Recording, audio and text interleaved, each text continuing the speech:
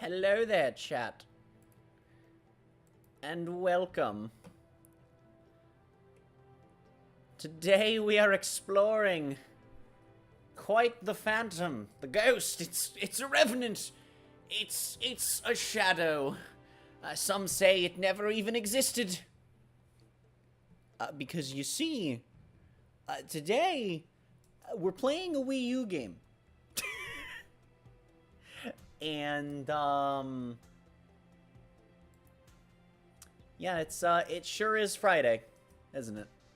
And if you don't know, Fridays on the channel are well, second Friday of the month anyway. We play some Xenoblade Chronicles X until Xenoblade 3 releases, and then we'll be picking this up again after we've played through that all on stream. So that's gonna be a fun time. But for now, 1 to 2 times a month, we'll be playing through Xenoblade X. It's going to be a wonderful time. And I'm really excited, actually, because I have played this game a time and a half. I'm about halfway through on my personal second run, and I've also completed the game once on a personal file. I absolutely love Xenoblade X to death. I think this is such a fantastic game, and it's trapped on the failure that is the Wii U. It has some of my favorite music in the entire series, and I'm so excited to be getting into this. You know, I bet there are people out there that love 1 and 2 that don't even know that X exists. I'm sure those are people. But yeah, I've had this game since January of last year, and I spent $200 to be able to play this game because I needed to buy I didn't have a Wii U, and this was the only reason I wanted a Wii U. So I had to buy that.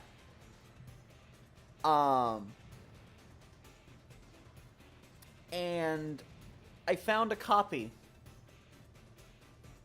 of Xenoblade X. New, not even used, new, for $50. And so I dropped $200 on it. I actually spent a little more than that because I didn't want to drop $200 for one game. So I also picked up Yoshi's Woolly World and Hyrule Warriors. So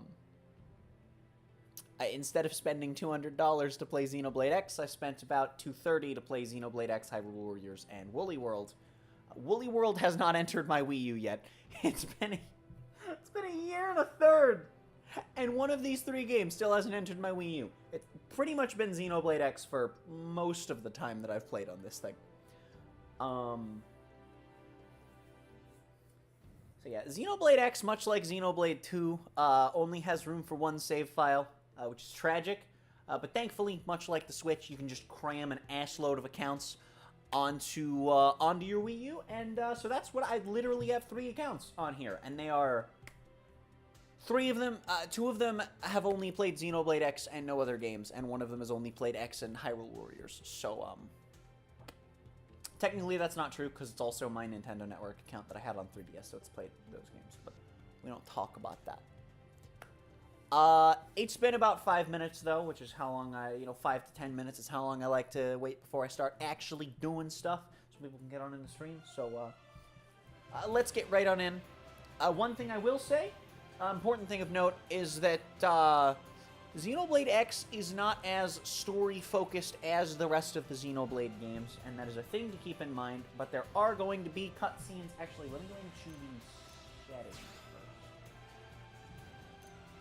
I can't change the camera settings yet. Oh, I can like barely change any of these settings, actually. Oh.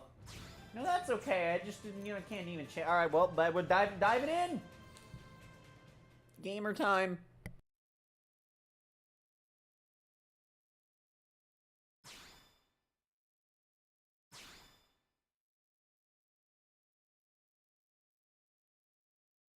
Never mind. Now I have the settings.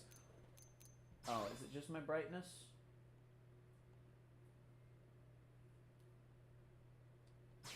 We're gonna do that. That's all I can do. Why? Why can't? Why? What? Why? Just why? I love you. Blah blah blah. It's fine. Give me the cutscenes.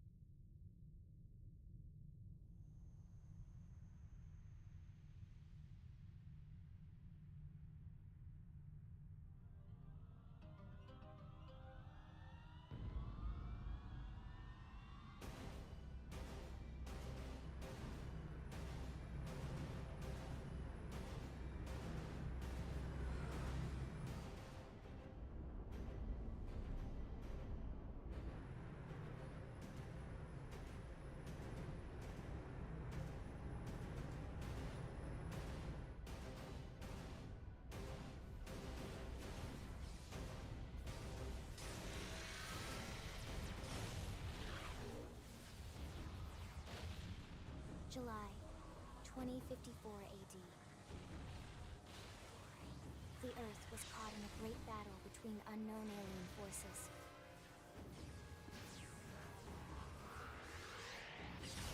Their weapons were terrifying and powerful beyond human reckoning.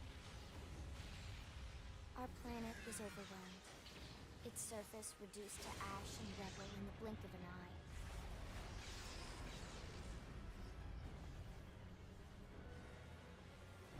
The Coalition government knew the war was coming.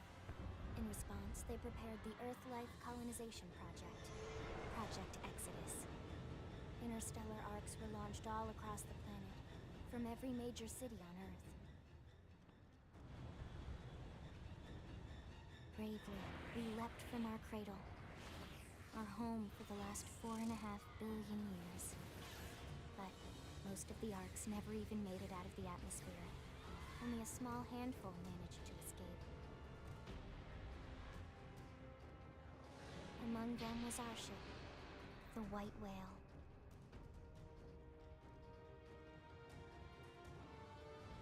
After leaving Earth behind, we spent 2 years wandering in space, searching. We thought of ourselves as the lucky ones, the pioneers who would settle a new world. But our past caught up with us, literally. The alien blitz was unrelenting. If not for the efforts of a lone hero, we would never have survived. Our ship took heavy damage. We lost control. With our flight systems down, the White Whale was pulled into the gravitational field of a nearby planet, its hull shattering and breaking to pieces as we plummeted toward the surface.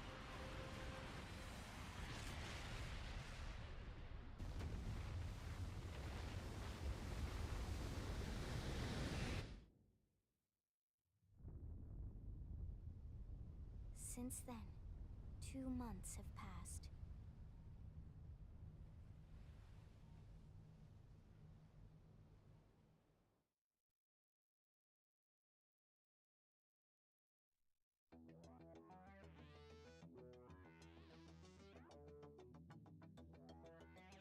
So now we get into the character creator. And if you happen to be able to play the Japanese version of this game, you have a setting in this character creator that is not available in the other releases, where you can change the female avatar's chest size. Which I just think is a really, like, I want that setting purely because I think it's funny to have, and for no other reason. And I'm very sad it got removed. Anyway, yeah, so, Xenoblade X is interesting in quite a few ways. So, first and foremost, we have character creation, which we don't have in other Xenoblade games. This is a so far unique feature to the Xenoblade series. This, likely will, have the possibility to change, depending on how long this series lasts into the future. So, really, I think what we're choosing is our face, because you can see there's an option for my hair down there. So there's a lot we can really do with this. There's a lot of interesting customization going on. I kind of like that face.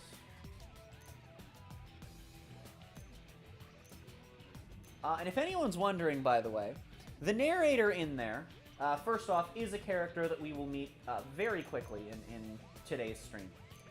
But that character, for anyone that plays League of Legends, is voiced by the same person that voices Yumi. And it's one of those things where you hear one voice and then you're like, oh, well, whichever one I heard first can never be unheard when hearing the other. You can very slightly adjust your height. Go small mode. You can also change the background you're looking at, which is pretty cool. And these are actually both areas that you'll get to actually explore, and then this one isn't. So there's that. You can change your skin color all over. You can make it all kinds of wacky colors. You can be a Martian.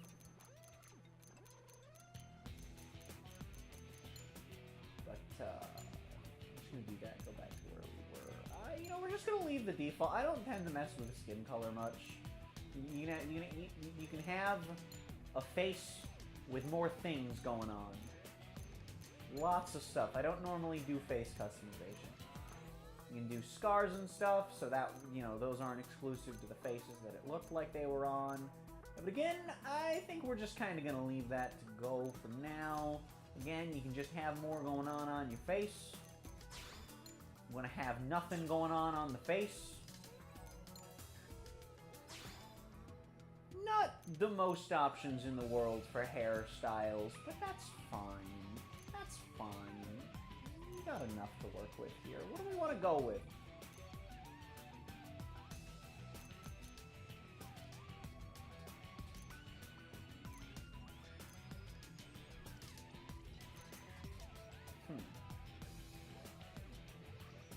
We can go with this one. Okay, hear me out, right? Hear me out, right? Hear me out, right? Wait, hold on. Hold on, wait. No. No. No! Aw, there's no, good pink hair in this game, is there? I was gonna have Sakura hair. Oh, well. Oh, well. We can still go with purple hair, though. I actually kind of still... Yeah, I like this. We'll go with this. We'll go with this.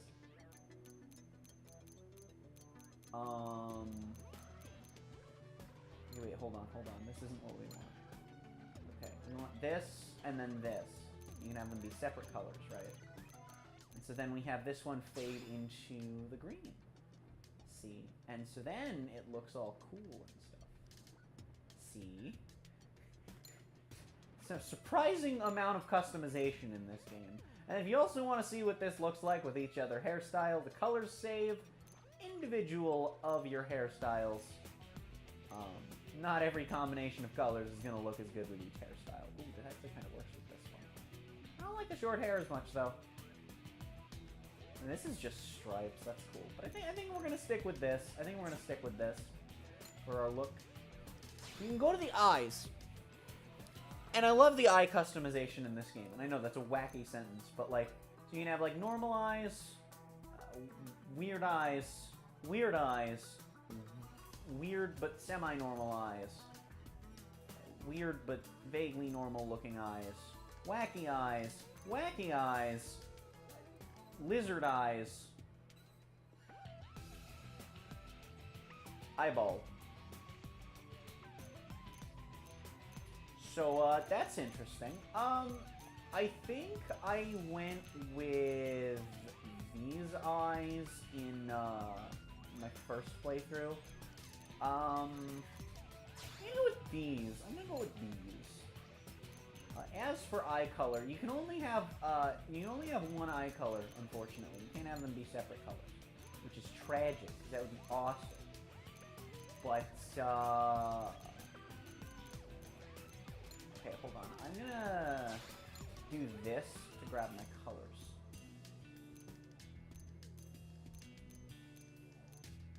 Do purple. Okay, and then this is changing that, so we keep that black, and then we go back over to this. And you can see what all the eyes look like, just like the hair, the color saves, and then you can just kind of go do the thing. Giant purple orbs of death in my face, that could be a thing, but we can go with this. And then you can also do some more stuff to your face. It's pretty cool. It's pretty cool. I'm gonna go with that, because that looks pretty close to skin color. All sorts of wacky options for colors and stuff. Go with that. Why not? You can have stuff going on your face, as previously established. But this is kind of cool. Like, there's a lot you can have. There's ludicrous amounts of customization, and you unfortunately won't be able to change it after you lock in. But you can always just make another account and start over. And this game's worth replaying, in my opinion, so, you know, that's cool, I guess. Do I want to have anything on my face? That is the question.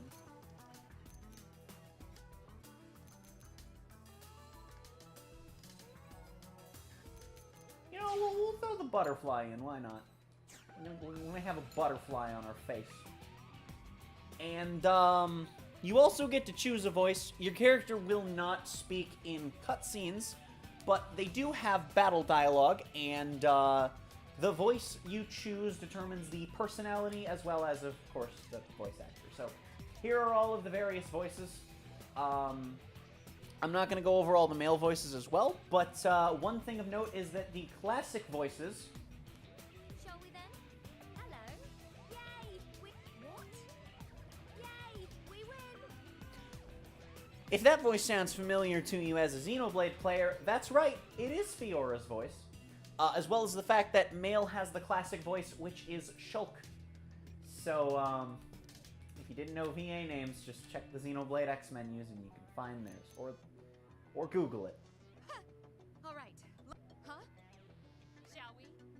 We're gonna do great. Hey there. Hey there. So what if you staggered me?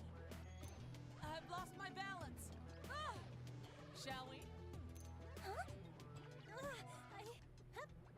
Huh? What do you say? We sure owned them. We sure owned them. We sure owned them. Spoiler alert, I'm going with this one, but it's not playing any of the lines that I like. Huh? Why is it just jump line? I've been staggered. Oh, it's not jump line, it's stagger line. Anyway, we're going with Joker voice. This is a great voice. This is a fantastic voice, and I love it. And I love it.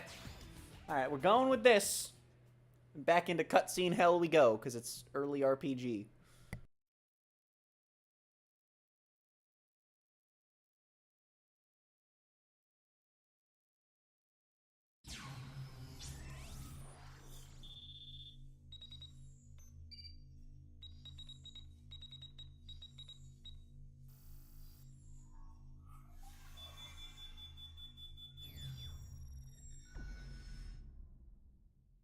Attention, external access confirmed. Disengaging stasis in 10 seconds.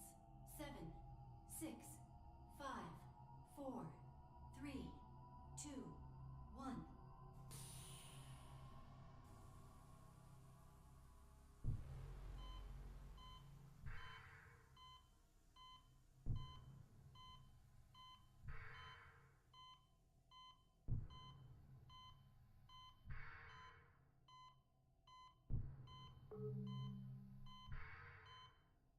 Releasing hatch. Please stand clear.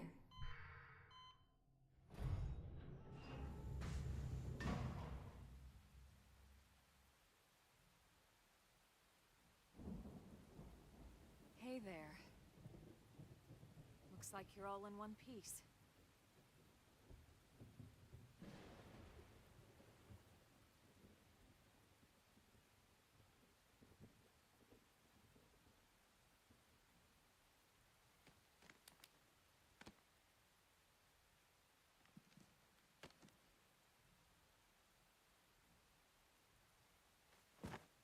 Careful. Just take it nice and slow, okay? Your senses will need time to reactivate.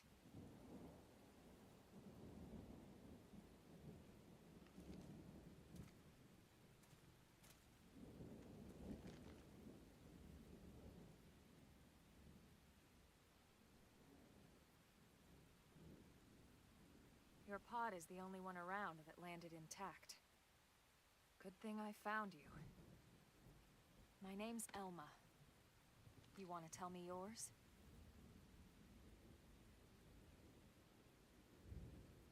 You don't even remember your own name? It must be the stasis hangover.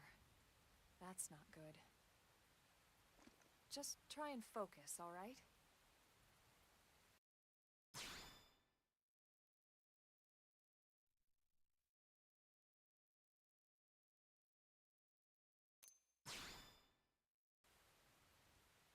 Good, there we go. What else you remember? It'll come. In the meantime, I'll get you up to speed here as best I can. How are your limbs? Can you move?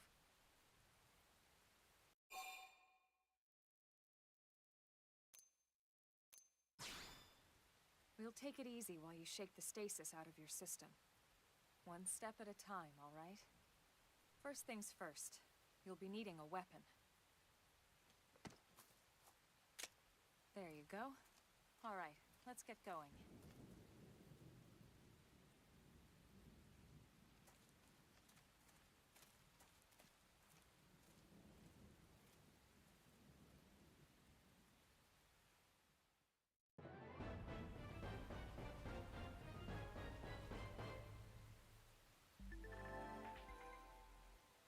Oh boy, the beginning of the downfall of tutorials. I hope 3's tutorials are good, but X's are better than 2's at least. This one's just explaining that the minimap exists. So here we are. You'll notice on the HUD we have a button that switches our weapon. We have the rifle on our back as well as a dagger at our side.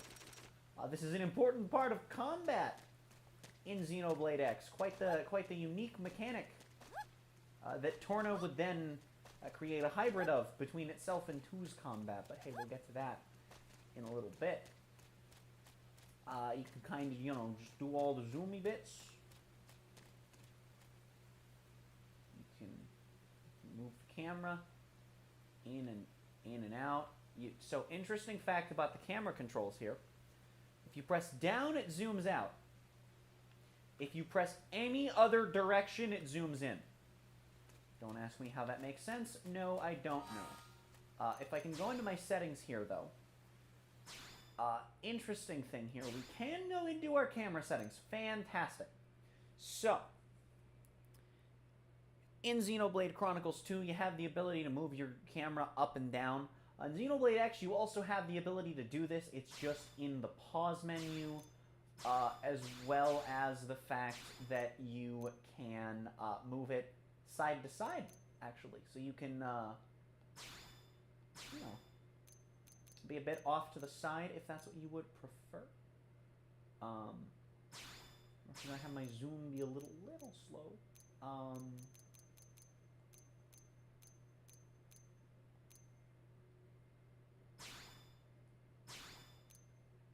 And I think that'll be all we do for now, for camera settings. But yeah, camera settings are much more expansive than they are in any other Xenoblade game so far. They're just in a pause menu, so keep that in mind.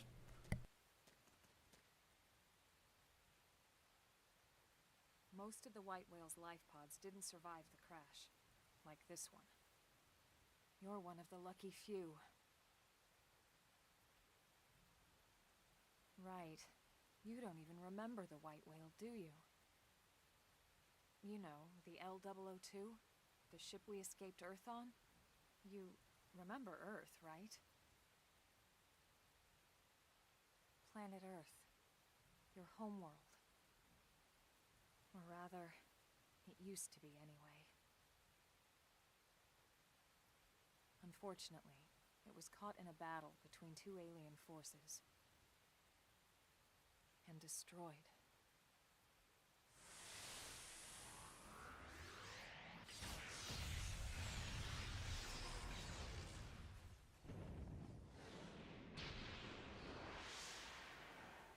Ring any bells? Don't feel bad. It's one memory I'd like to forget.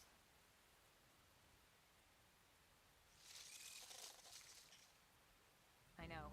It's been following me for a while now. I didn't want to alarm you, but we're going to need to defend ourselves. You up to the task?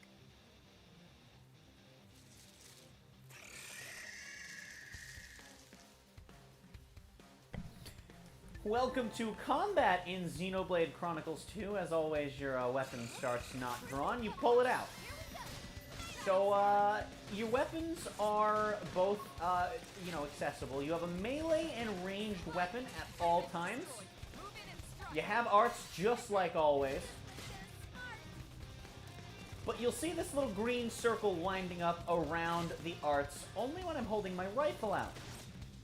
I'll explain that in a bit because this battle's not going to go on long enough, but it's a really cool mechanic unique to X to this day. Let's see if that changes with 3, but from what we've seen, it doesn't look like it will.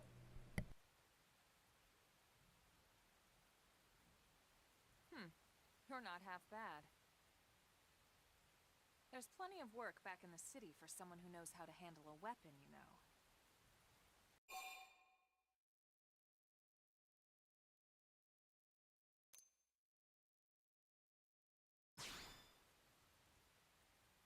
Hey, I'm not trying to pressure you into anything, all right?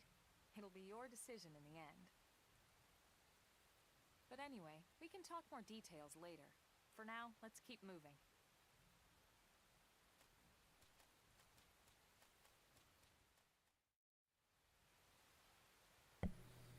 So, enemy drops in this game are different as they are in, well, all of the games so far. In Xenoblade 1, enemies drop chests. In Xenoblade 2, the stuff scatters on the ground and you've got to try to pick it up. We don't know how it'll work in 3. I hope that they take a page from X for that, though. Because in Xenoblade X, after a battle ends, you just get all of the drops, no questions asked. No need to pick anything up, collect a chest, reach a limit of 230 trillion chests on the map. So that's pretty cool. Getting up to this, we have the introduction of the field skill mechanic to the Xenoblade series. I know, everyone's favorite. Field skill checks are literally, you just mash the A button. I mean, you could press it slowly. And it doesn't matter. And then you just kind of get some stuff. They're one-time things in the field that give you stuff, and, you know, it sure is a thing. They're not bad. They're not particularly difficult to level up, but the game doesn't exactly do the best job at helping explain them. As far as the cooldown thing that I was mentioning.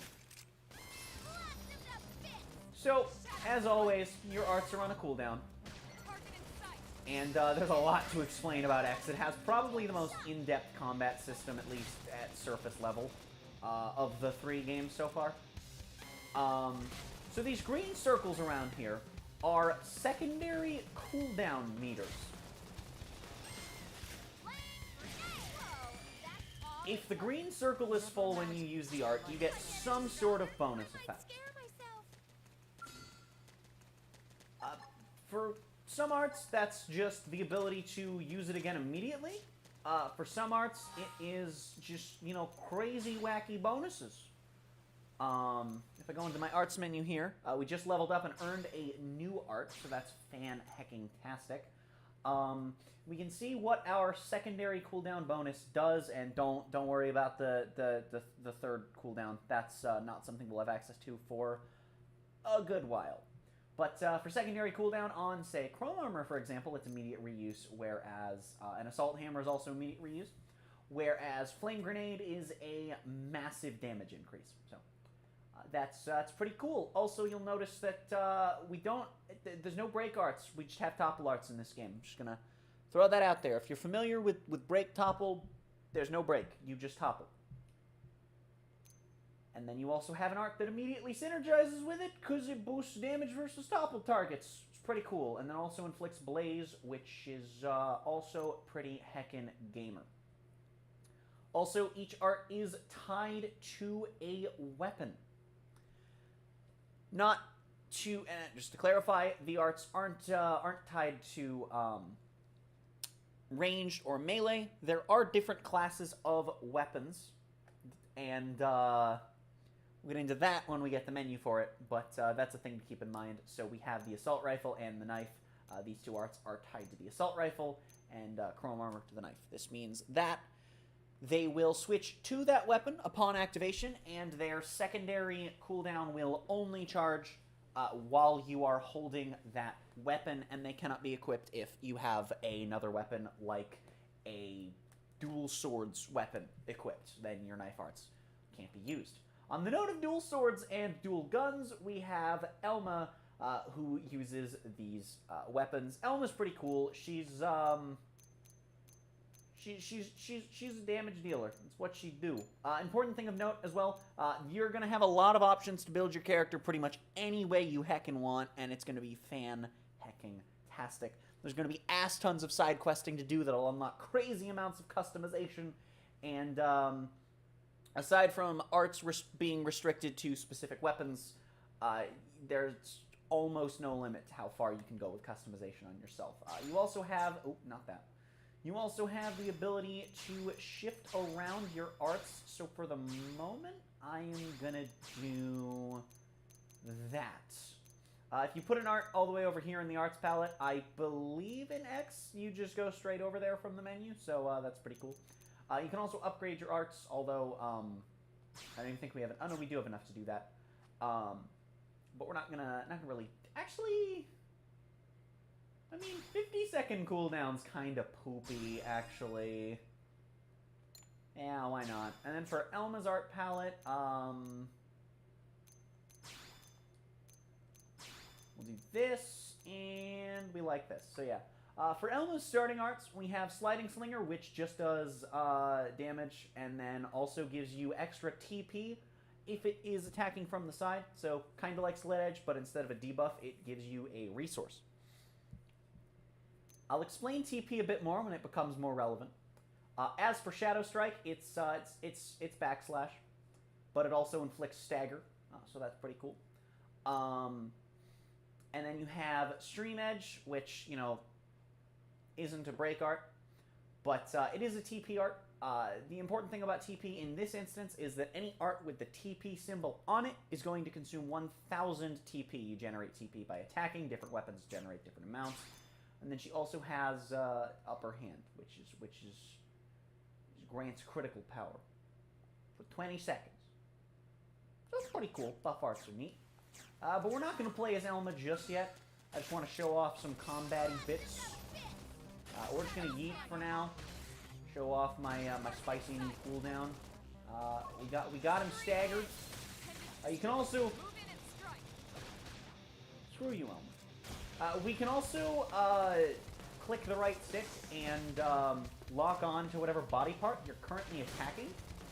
This is relevant because there are reasons for some enemies later in the game that you might want to attack certain parts of their body, and the game will try to auto-lock to whatever the hell it feels like it thinks might be what you want to attack based on where it thinks your camera's trying to be positioned. Which isn't Let's move. the best thing in the world. Who wants to get it? They're off guard. Stagger them with a melee attack. Yeet! Topple of the morning to ya! Topple of the morning to ya! There it is. There it is, gamers. We got there in the end. So that little thing where Elmo will say a line, and then I will have a prompt where one of my arts is glowing. That is the soul voice mechanic. Basically, a character will say a line under certain circumstances, and you get bonuses if you activate an art of the corresponding type to the soul voice that they have triggered. So by using a melee art, even if it's with a ranged weapon. Oh no! Oh, thank God. Nice work. So by using a melee art, even with a ranged weapon, when she triggers that soul voice, I get some benefits. Primarily that I get a chonky amount of healing. Healing arts in X are kind of poopy on their own. Let's see what you've got. So that's an important thing of note. I'm just going to do this now. We don't have a proper tank yet, either. No! Move in and strike. I've hecked up. I've hecked up. Chat. I've hecked up. It's fine. It's fine. Another thing about X that makes it a bit different from 1 and 2 and probably 3 is the extremely unique enemy design. You're going to see a lot of things in this game that aren't in 1 or 2, and a handful of things that are. So that'll be cool. Things you won't find in 1 and 2 include what I like to call the ball sack spiders. And that is because they look like spiders with giant ball sacks hanging from underneath them. We'll get to those later. I don't think we'll see a ball sack spider today, but, yeah. Anyway, I do want to fight a few more enemies. I don't think I want to fight everything here. They're off guard. Stagger them with a Fine, Elmo. Reduce the damage. Yeah, topple! Yeet! Scream edge. Alright, well, since those are on cooldown anyway, we'll switch to the dagger. And if I can get chrome armor up, I can give us both physical resist. So that's important. Something that I should mention on the note of physical resist. It's like a damage reduction-y type of Helio status thing. And resist is very different from defense because there's various types of damage in this game, physical being amongst the many, and it's there's a lot. There's a lot. Enemies that have eyeballs can see you. If they see you, and then they will aggro you into a battle. If they have that little lightning symbol, they can hear you, and if you walk near them, they will attack you. Also, we got Slit Edge, new art. Just boosts damage from the side in this game, not a debuff. Your own character will also do soul voices, and the AI can be prompted with them, and will typically respond with their things, so that's pretty cool. Touch. Nice work. Whee! Unlike in Xenoblade 1, sound-type enemies do not ignore you if you walk slowly. So that's a thing to keep in mind. Also, cool thing about X is it has this little thing telling you when you're on the side, back, the front, the top, the bottom, the middle, the squiggle, the diggle, the penis, all the fun stuff. We got him. So that's pretty cool. That's pretty cool. You'll also notice that we've had 2 experience bars this whole time, the level and the class level. I'll get into class level in a moment, but just know it is a separate thing, and it's how you unlock new arts and eventually become able to do other new weapons. There's a lot to unpack with Xenoblade X.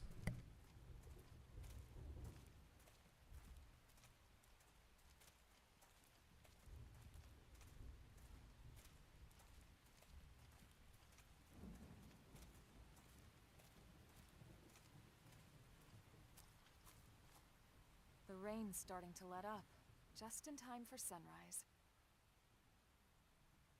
Follow me. I promise you're gonna love this.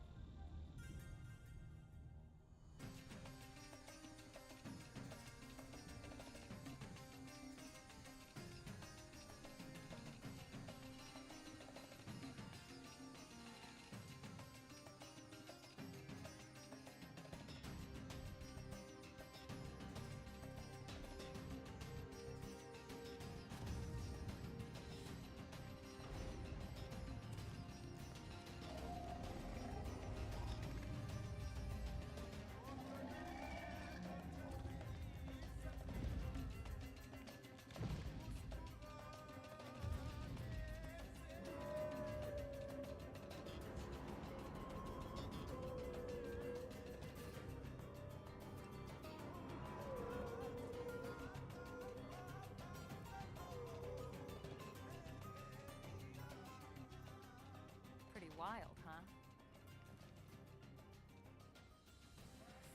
They're all indigenous, as far as we can tell. We need to learn to play nice with these guys if we're going to try and coexist together.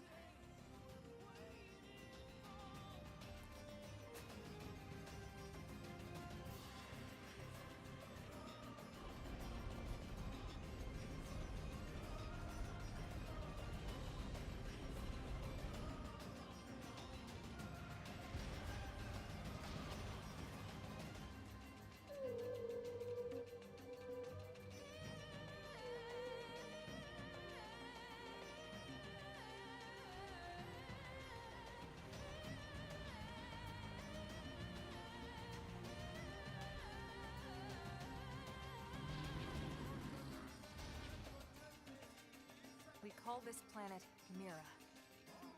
You won't find it on any star chart. But it's our new home.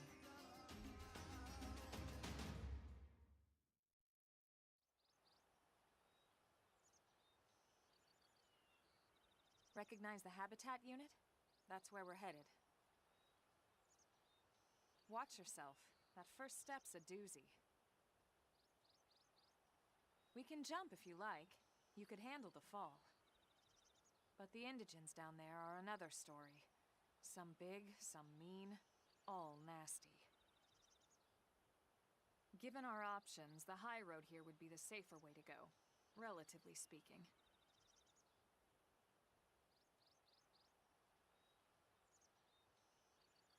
That said, whichever way you want to go, I'll follow your lead. You decide.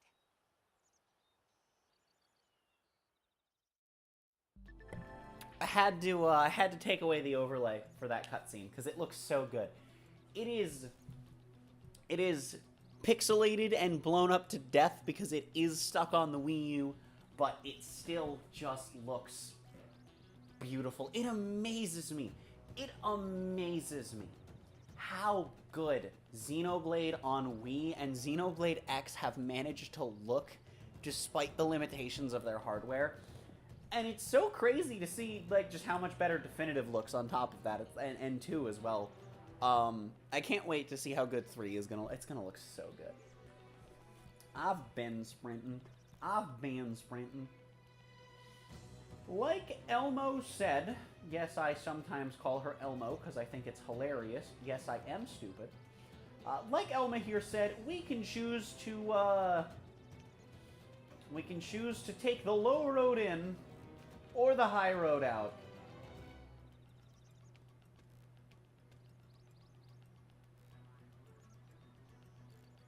You know what song I'm talking about. You know what song I'm talking about. Or maybe you don't, in which case I'm sad. Anyway, I always like to challenge myself and see if I can get far on this path. Fall damage is, in fact, not a mechanic in Xenoblade Chronicles X. There is actually a lore reason for this, but we won't find out about what exactly the reason is in just a bit. So I won't say it. In fact, I don't think we'll be finding out today, although I don't know how much I'll be playing today, so we'll see. As I was saying about resistances, though, so resistances are, I think they're percentage-based? I don't have an aura! Ah! I have made a critical mistake.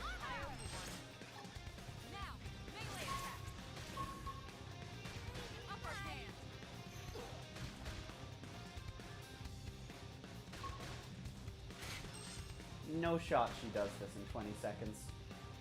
Right. Maybe, actually... So this is a mechanic.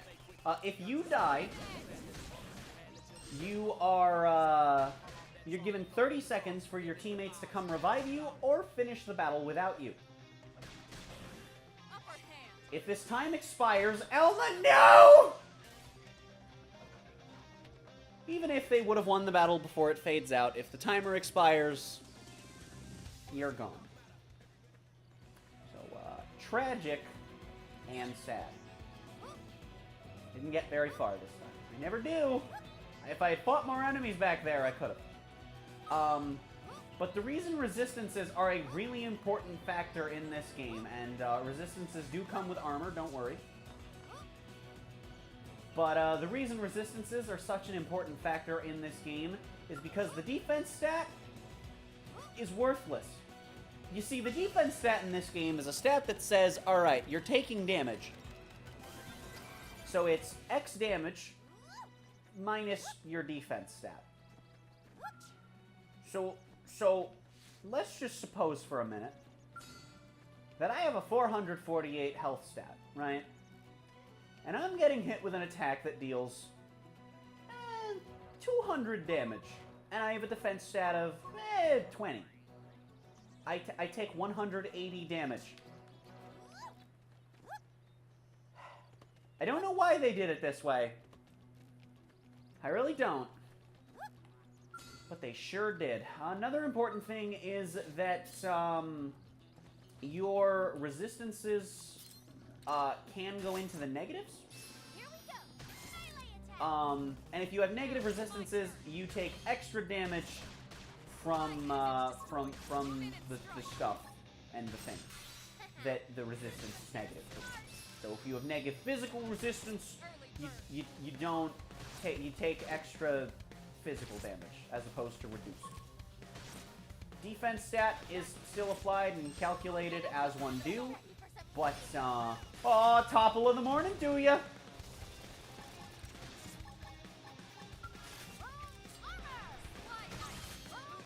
Give us both physical resist.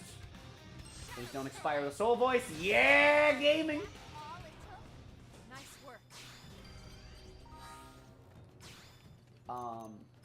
Also, you know, you can. We've been getting a lot of weapons and the whatnot. Every piece of equipment in this game has a level cap to it. There's a minimum level to when you can use these things. So, for example, this rifle is strictly better than the one that I currently have, but it requires being level 3. So we are currently able to equip this, and I am going to. We also have this knife that is also strictly better, but only requires level 1. No reason not to equip it. As for clothing, these are also going to have level restrictions slapped onto them. One interesting thing to keep in mind is that if we go to the sub-menu here, there's this menu that says Change Fashion Gear. This is the precursor to Xenoblade Definitive Edition's ability to just change your look with gear items you've already purchased. Fashion Gear lets you have the appearance of any gear item currently sitting in your inventory, but it will not count as wearing that item. So I can put on the Scouter, but not have the Scouter stats. or I can put on something like, say, the prototype headset that really doesn't look like much of anything, and then put on any headgear that I want, and it's pretty cool. So, yeah, the starting gear is pretty poopy. So we're actually gonna, oh god, I didn't mean it. We're gonna do this. Oh no, wait, we want the iron knife. And we're going to the change fashion gear menu, right? Oh, it's actually called a scouter, I didn't realize. And we're gonna put on all of the stuff we got. And just like that, I maintain default look. And if we head over here and I go to put on the prototype scouter, well, suddenly it no longer shows up. So that's a really cool thing. If you want to maintain everyone's default looks, you are perfectly capable of doing that. Probably going to do it for the most part, although there are some items I don't terribly mind the look of, so, you know. There's also an equip strongest gear button. I don't know how effective that is, but probably based on defense stat or something. Every piece of armor comes with stats for all of the resistances. Some of them are, of course, positive, negative, or neutral. Those are the only varieties for obvious reasons. And they also have a defense stat, which, like I said, is totally irrelevant. I have a defense stat of 0. That doesn't mean anything. Those are your 6 damage types. I couldn't tell you what they all are. I know there's... that purple one is ether. That bottom right one is gravity. I know beam is the cyan one, and physical is the white punchy bit one. We are going to put on the scouter because it does give us access to some resisty bits, and that seems like a good idea. And yeah, your starting armor is negative in everything. A lot of things are negative to gravity resist, positive to something else. And then as far as sleeves, those are arms are individual things per arm, and then legs all come together. No, I don't know why. Elma comes with some not terrible stats, so that's pretty cool. But she also doesn't come with a headgear, so if you wanna mess with that, you gotta handle some neutral stuff. Ranged weapons also have an ammo mechanic. After firing a certain amount of shots, they're gonna have to reload. They're not infinite after all, so that's a thing to keep in mind. Lots of stuff, lots of stats, but overall, this is an improvement. We're gonna roll with it, and then we are not high enough level to go with these new swords. Unfortunately, you don't have the fashion gear equivalent for weapons, tragically. If we just go to change fashion gear, you can see there's no slots for weapons, and that's tragic. For now, with Elma, we're just going to keep her stuff on because it is actually providing her with benefits, but you know, we could change it. I think we're going to roll with her default gear for now.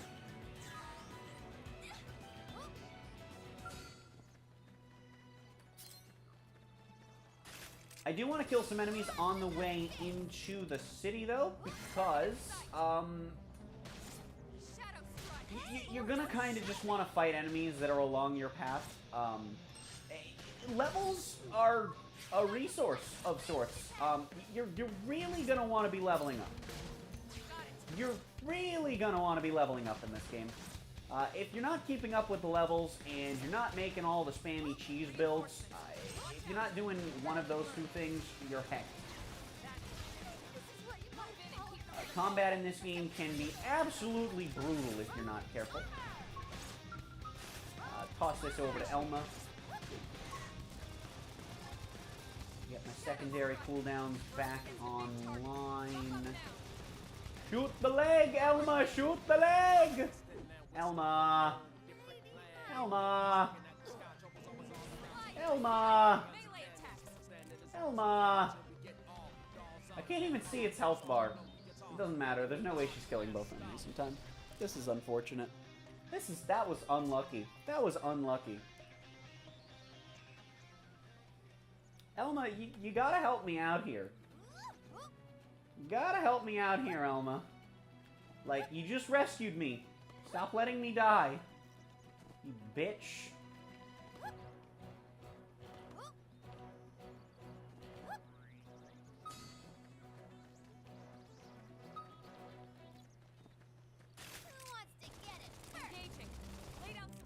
Engaging the enemy. Bunk.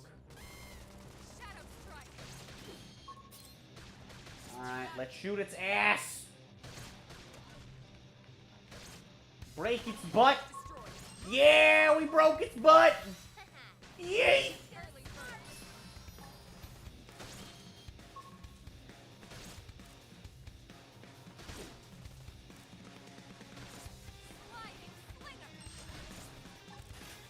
And there's the fight.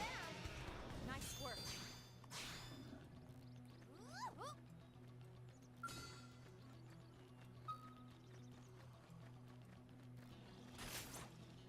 Here we go.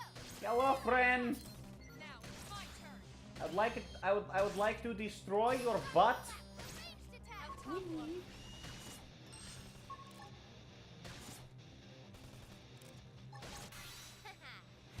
gonna smart.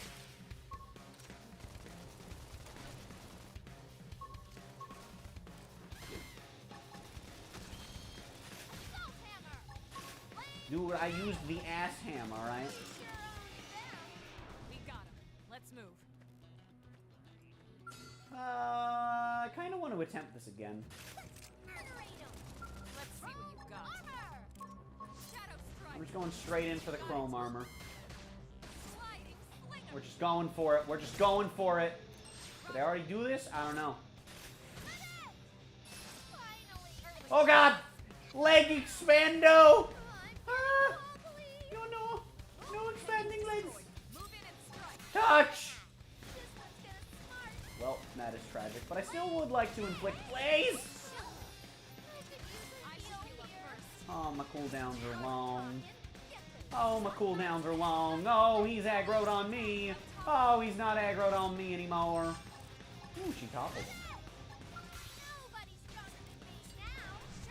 Myself resist, TP. You'll notice I have 3,000 GP and nothing to use it on currently. Yeah, you know what they say. Sometimes in life, it's like if you had a donut. So yeah, you can actually have equipment that has bonus TP to your max TP on it. So that's pretty cool. Also, you can revive dead teammates by spending 3,000 TP. You don't have a party meter. Chain attacks will not go on to become a thing in this game. We got him. Let's move. So that's something to keep in mind. So TP's kind of a replacement for party gauge, and in more ways than one, because we don't have chain attacks, but we have something really heckin' cool in place of chain attacks. Oh god, he has eyeballs!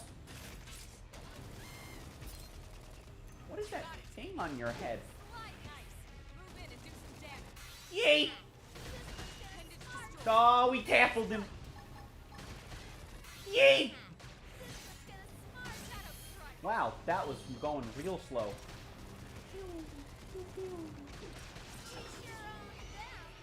I love the little knife twirl there, too. Okay. We got a Starlight Apple. Also, this game, shock surprise, has a Collectopedia. It's not Xenoblade 2. Of course it has a Collectopedia. We got some level 7 enemies. And we could do that. I mean, Elma's level 5. That's almost 7. We've got some level 16 enemies. You know, lots we could do. Lots we could do. But, yeah, we're supposed to stick up on this high path up here. I don't know if it's actually faster to jump around like this, but it feels faster.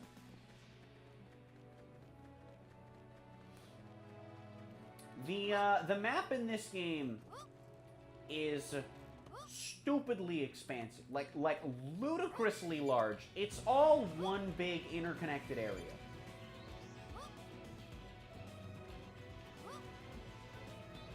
There's no loading screens between areas unless you are skip traveling.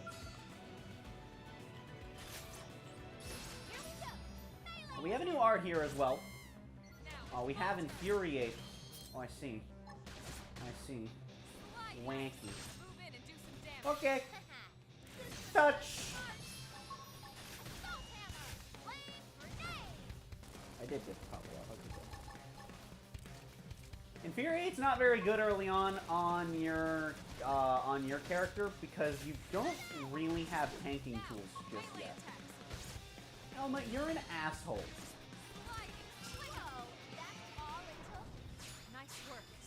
Oh, you just used your last melee art? Here's my soul voice for melee art. I hate this game.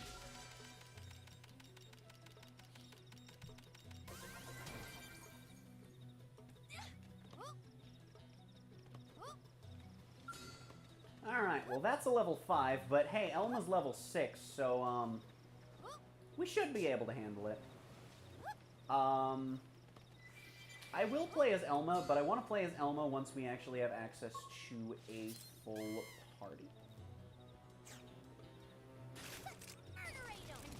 Let's murderate him. Alright, hit him with the ass hand. I wanted to go for the topple shot just in case. Sadly, we did not land the topple shot. Stagger's cool, because it stops what they're doing. No, wait, no, I hit down on the D-pad. I didn't mean it, Elma. Blow up its leg. It doesn't need it. Dinosaur don't need leg. Woo! Destroying body parts also will cause... Well, nah, tragic. Destroying body parts is also an interrupting thingy. So, that's pretty cool. Will this come back in time? No shot. Still gonna give it to her, though. Touch. Wow, that was a lot of damage from Slit Edge. Elma's gonna get that class level up. That's pretty cool. Thing about classes, like I said, classes are like a thing that you get different weapons and that'll get you arts and stuff. Important thing of note, your character is the only one that can actually change classes. Every party member that you get access to is a set class, but they're like a special, cool variation of it, with some extra bits and stuff, and that's pretty cool. So any party member can kind of be like a trial run of a class, which again I'll explain in a moment, in a bit, later, soon. Up close, doesn't it? And this was just the habitat unit. The white whale was one hell of a ship. Until it all came crashing down, at least. That's the west gate. It's closed off now for security reasons. But we've repurposed a freight elevator that will get us inside.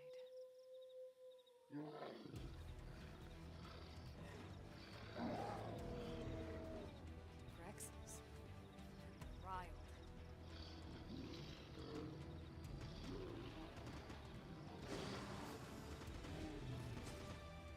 We can't leave them roaming here. Not this close to the gate. We're gonna have to take them down. You ready?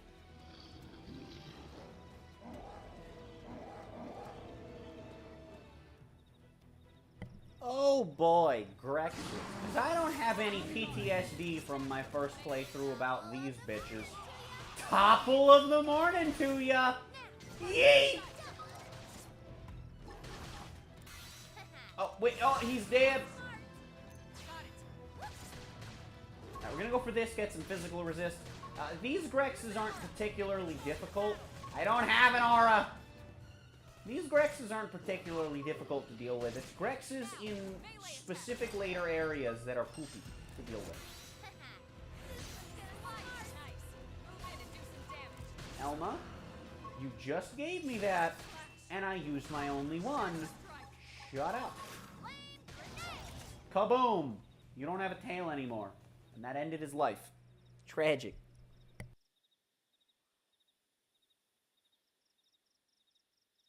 It's a shame we had to settle near so much wildlife.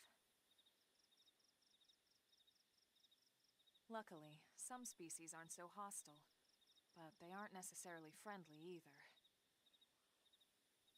I've come to learn that there's a fine line between self-defense and provoking a fight.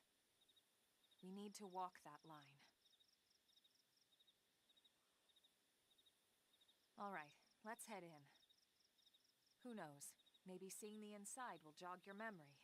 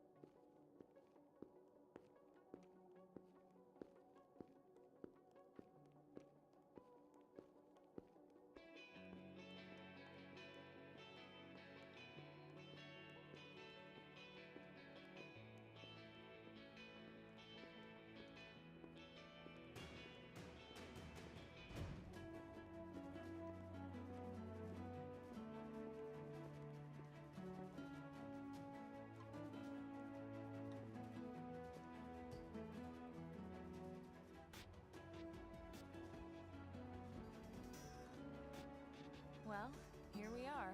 Not too shabby, huh? For a giant beached spaceship, anyway. But, like it or not, this place is our home now. We took the name from the city it was modeled after back on Earth.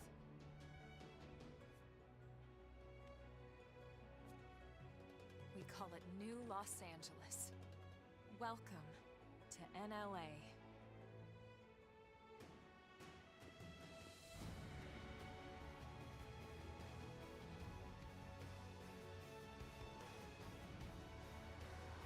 And so it was that another survivor came to join our band of refugees. Together, we resolved to forge a new way of life here on Mira, come what may. New LA was our beautiful lie to ourselves. Truth is, we were adrift, heading into the unknown.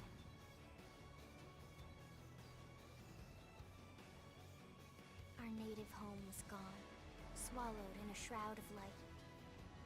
And our future was uncertain. We had no idea what fate lay in store for us. Only that we had to keep living in order to see it.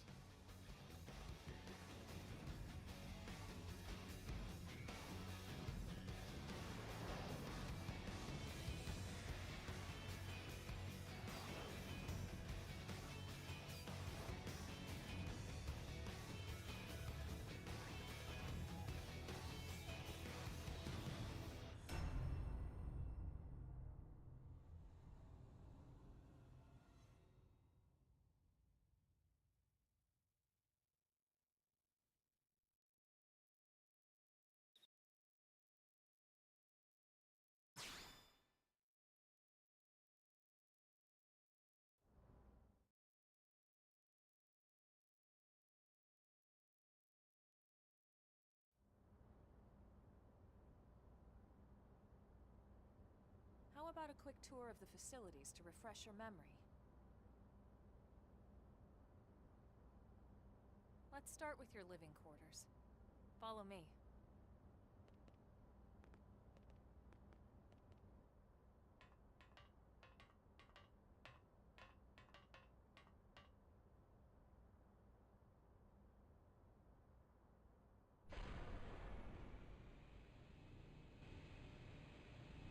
Brave citizens of New Los Angeles, good day. This is your Director General, Maurice Chausson. Today, I once again come to you with news I am truly delighted to share. Yesterday, we repatriated 10 more White Whale crew members. These fellow pioneers will rejoin our ranks as citizens of NLA, bringing with them skills and know-how that will bolster our ability to survive and indeed flourish here in our new home. This, of course, is only the latest success in our continuing efforts. Director General? Since when? For the rescue and recovery of 2 days all ago, our ma'am. brothers and sisters. I stand here truly From political aide to director general in just a few weeks. At this rate, he'll be emperor by next month. for a better NLA and a better Irina? tomorrow. Gwyn? Nice work out there, ma'am.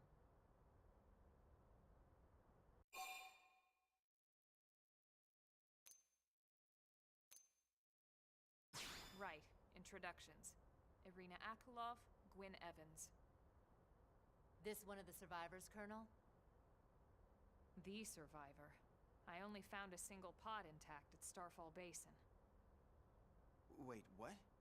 What happened to 10 more crew members? Come on, seriously? Chausson was never one to let the truth get in the way of a good speech. Still, every last survivor counts. You can call me Irina. I'm with the Interceptors. Me too. Same division. You can call me Mr. Evans. Or just Gwyn. The three of us were in the Coalition forces together. Specifically, the Special Operations Heavy Armor Training Unit, aka the Skeleton Crew. I was a colonel and Irina a lieutenant. Gwyn was a more recent recruit. course, I keep telling them we don't need those old ranks anymore now that we're here. You're still Colonel to me, ma'am. No reorg will ever change that. And that's not about chain of command either. It's about respect. You've earned it. And the award for best ass kiss goes to... Well, I'd remind you both the ma'ams aren't necessary if I thought you'd listen. All right, ma'am. We should be getting back to work. Until next time, Colonel. Right. We should be going too. The administrative district isn't far. That's where you'll be calling home. For now, anyway.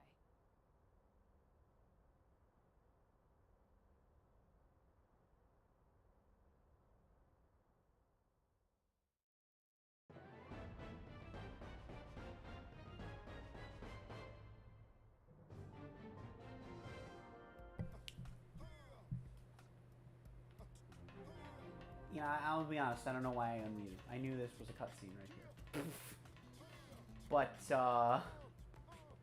yeah, this is, the hub area of sorts. You can get on top of stuff, and I think it's really funny that you can get on top of stuff. But yeah, this is a bit of a hub area of sorts, and you're gonna be coming in and out of the city literally the entire game, so that's neat.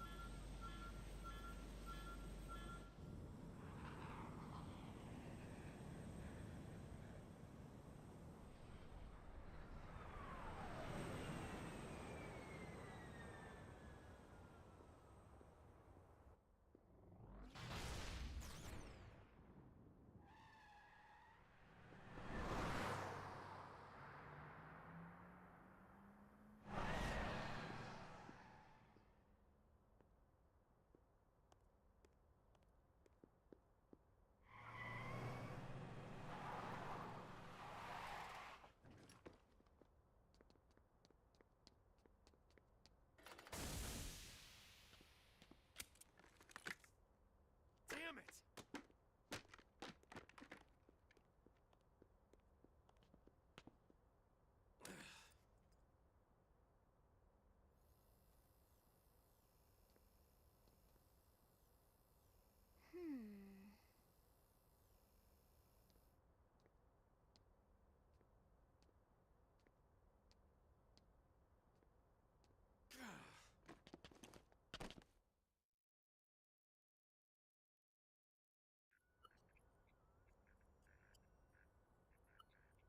Look, I know what exhaust smells like, and it was exhaust in the cockpit.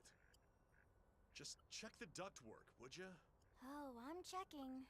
I just seriously doubt... Hey, look at that! The intake exhaust bypass is reversed. Oh man, it's a good thing I caught that. You caught that? You're the one who cleared me to fly! Everything okay?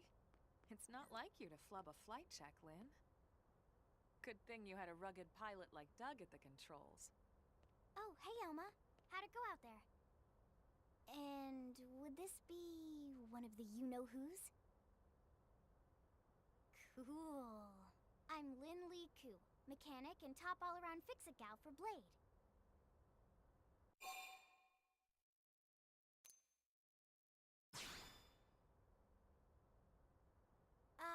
Yeah, well that, doesn't usually happen.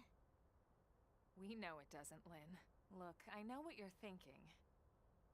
But believe me, young as she may look, and yes, she is young, she's actually one of our top talents. Most of the time, that is. Most of the time. Anyway, you guys heading back to the barracks? Yeah. Why do you ask? As long as you're here, why don't I take you on the transport? It's a great way to see the city. I'll give you the grand tour. That sounds like a great idea. Alright, Doug, I think that'll be all for today. You can clean up here and dock the Skell. What? Don't mind the exhaust. I'll take care of it tomorrow. Don't mind it? Wait, why am I cleaning up your mess in the first place? Lynn! Lynn!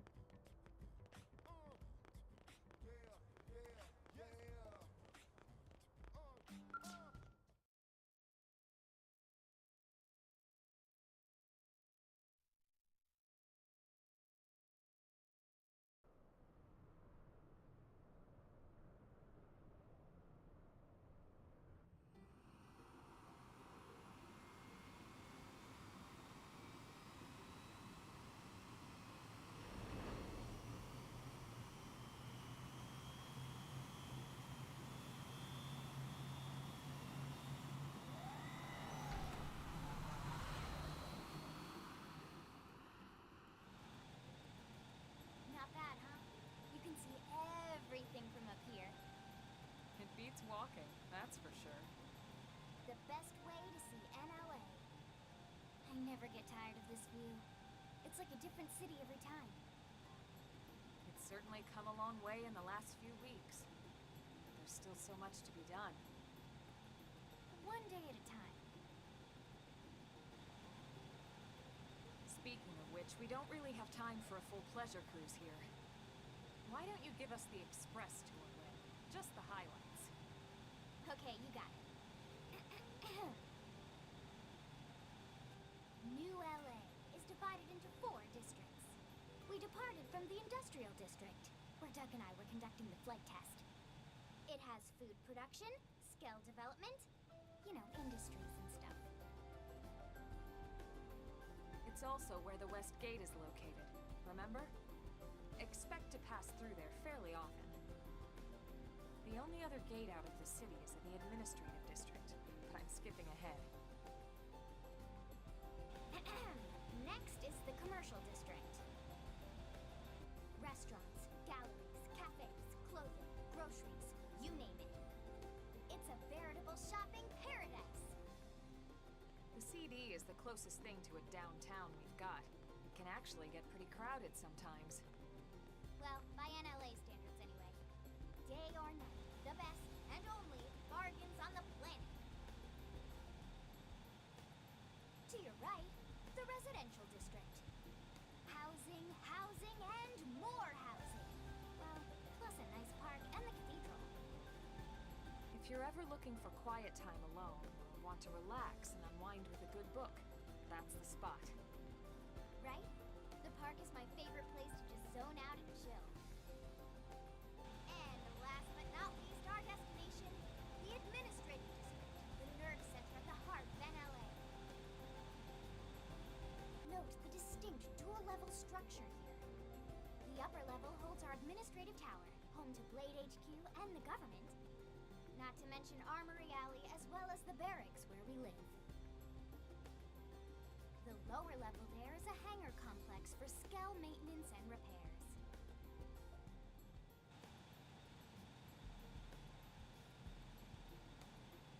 And this concludes our tour. We will be landing shortly. Thanks, Lynn. We'll save the rest of orientation for once we're back at the barracks.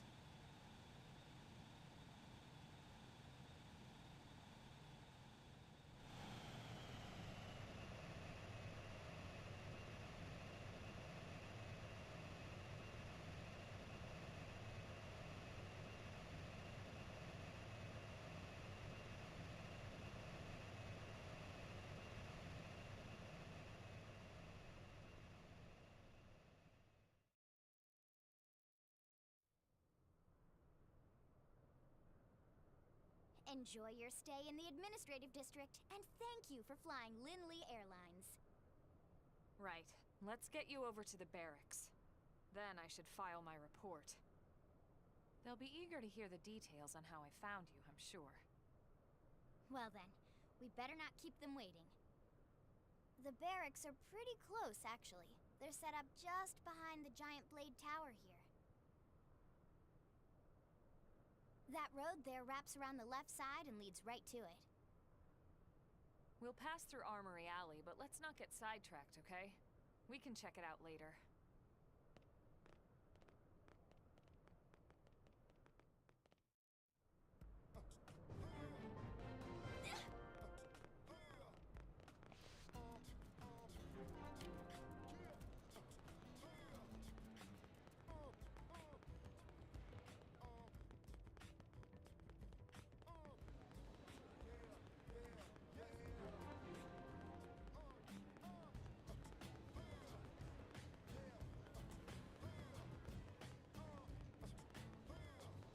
Hey.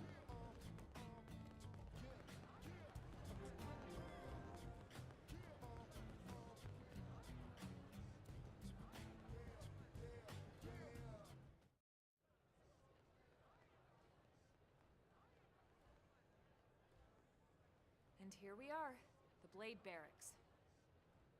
Consider yourself our guest until we finish getting you registered. Feel free to come and go as you please.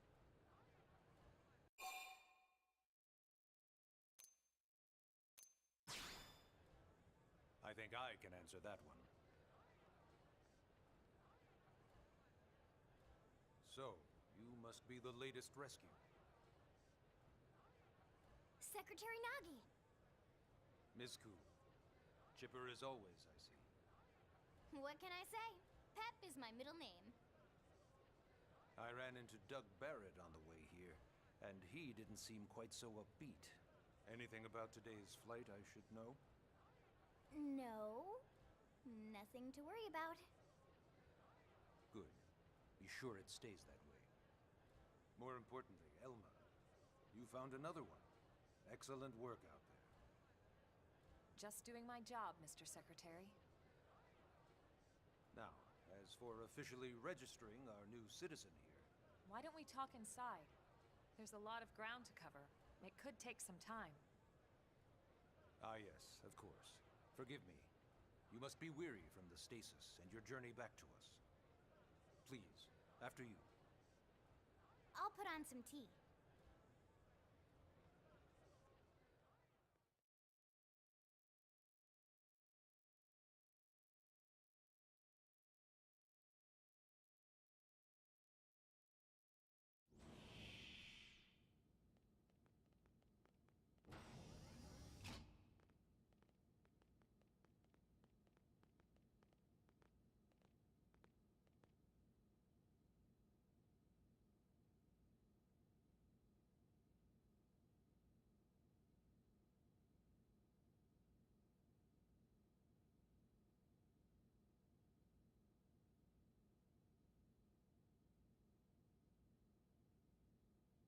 Allow me to formally introduce myself.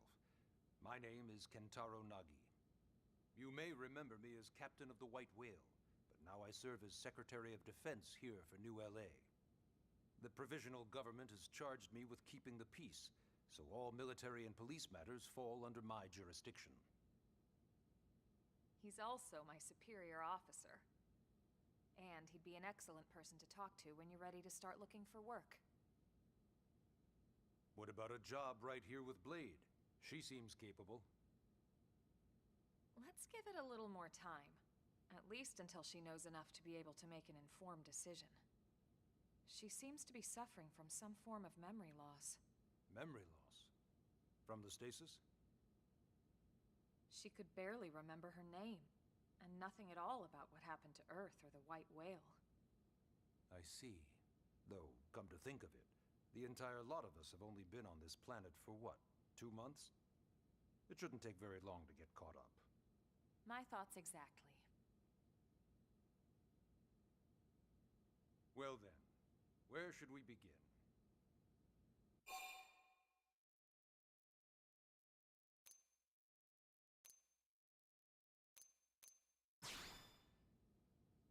It started at the end, 2 years ago. The end of Earth. The casualty of a battle between two hyper-advanced alien civilizations. Their technology and weapons were beyond our comprehension. We were like infants, naked, powerless. The Earth was reduced to ash and blown away.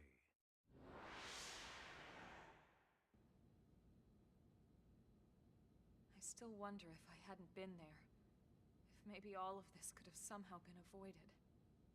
No one can know that, Elma.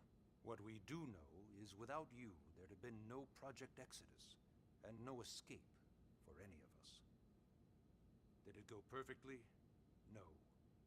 But we are here, and we are alive. We survived. So yes, Project Exodus. Once we learned the Earth might be threatened, we needed a plan to preserve all her various life forms. That plan was the Earth Life Colonization Project, otherwise known as Project Exodus.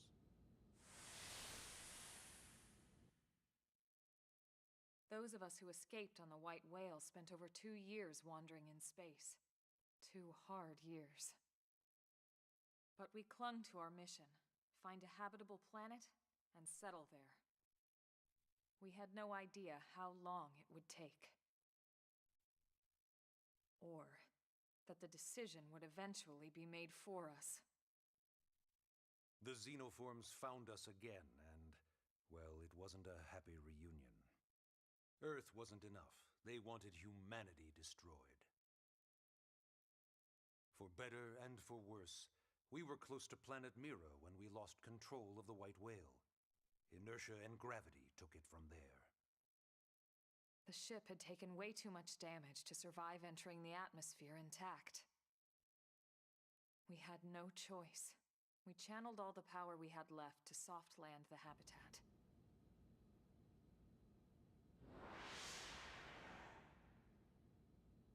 Once the dust cleared, we set to work transforming it into its current state. Searching for survivors, establishing Blade, installing the provisional government. Basically, making it a sustainable city.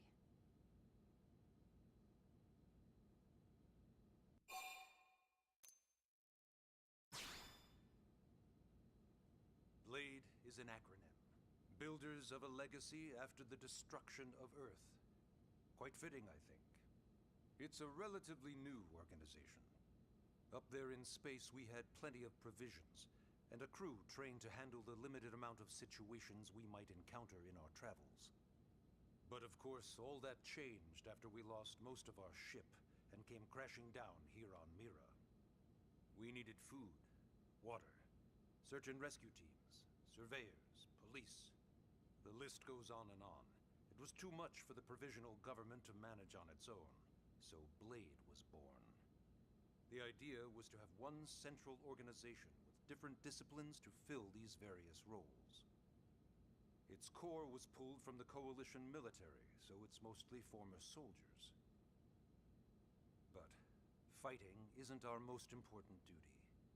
Right now, we have a single top priority that supersedes all others.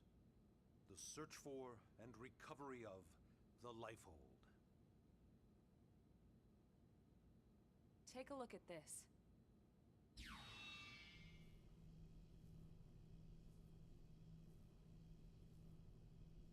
The White Whale was designed to carry an exceedingly large number of passengers, all of them held in stasis. All housed in a structure called the Lifehold. This is a complete schematic of that facility. Only essential personnel were conscious and active for the journey from Earth. The flight crew, maintenance engineers. And of course, some military so we could defend ourselves if necessary. But the vast majority were in the Lifehold. Are in the Lifehold. With any luck, they're all still there, in stasis, waiting to be rescued. But there's a problem. We now know the Lifehold broke apart along with the rest of the ship when we came down on Mira. What we don't know is exactly where all the pieces landed. Not very comforting, I know. Blade's top priority now is locating the missing units.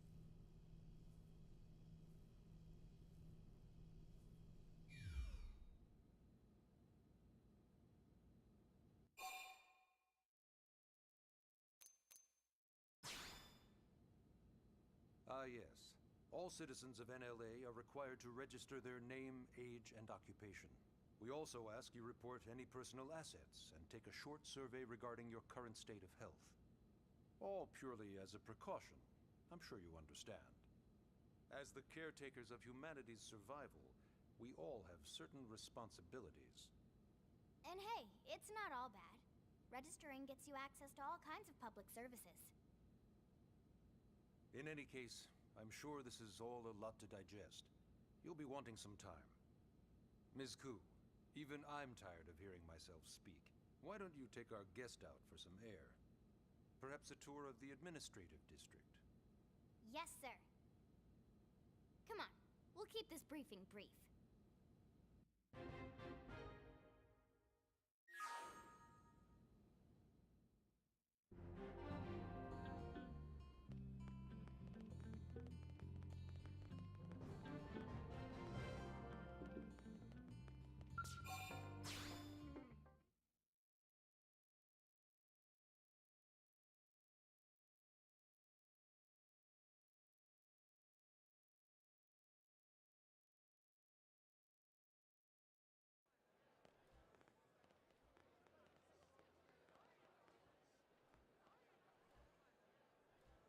You know, it's not every day we're authorized to let a civilian tour the administrative district. Yeah. Nagi must really, really want her to join Blade. The AD is a bit different from the other districts. It's got everything a Blade would need, all in one place, without any extra fluff. Get a load of that Skell. Even the way that they walk is so cool. Oh yeah, work it, baby.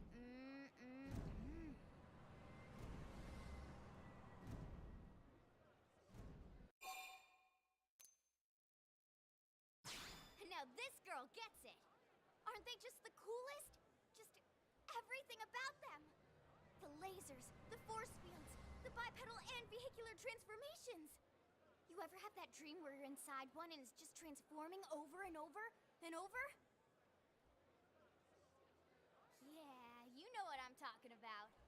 Actually, I don't normally show this to people, but I've been working on some Skell fanfiction. Hold on, I'll just pull it up here 1 sec. Lynn? Oh, right. Sorry. Originally, Skells were developed as a defensive measure to counter potential alien threats. It wasn't enough to save Earth, though. We were outnumbered and outgunned. Still, just look around you. New LA has gone from basically nothing to this in just 2 short months. We could never have come so far, so fast, without Skell technology. I'd love to get you into one to see for yourself, but it's not that simple. Well, yeah, duh. For one thing, only Blades are allowed to pilot Skells. And even then, you need a license. These aren't toys we're talking about. They're complex machines with powerful weapons. And they're a precious resource. We only have so many of them to go around. So yes, as you might imagine, the certification process is a fairly rigorous one. I'm sure you're thinking, where do I sign up for the test? But it's not that simple. They choose you, not the other way around. You can't just walk in the front door and volunteer. There is some criteria. The details are largely hidden, but basically, HQ only allows the cream of the crop to take the test. Blades who go above and beyond in their duties, and for the people of New LA in general. So what do you say? If you become a Blade and work hard, I'm sure it'll only be a matter of time before they tap you on the shoulder. Speaking of work, that reminds me. Why don't we check out the Mission Control Board first? That's where we take on our assignments. Good call. Let's head on over.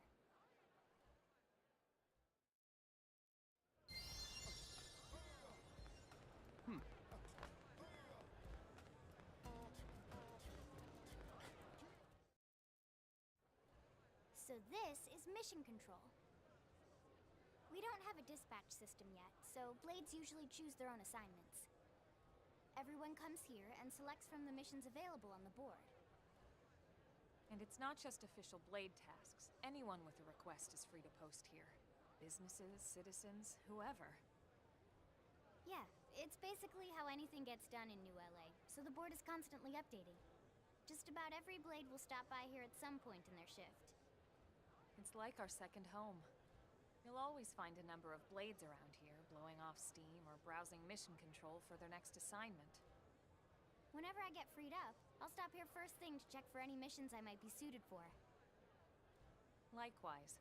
And if the assignment seems too tough to handle solo, that's what the scout console is for. We should show you that next. Hey, who's giving this tour anyway? We also have the scout console, if the assignment seems too tough to handle solo. And Elma just said that, didn't she? Hey!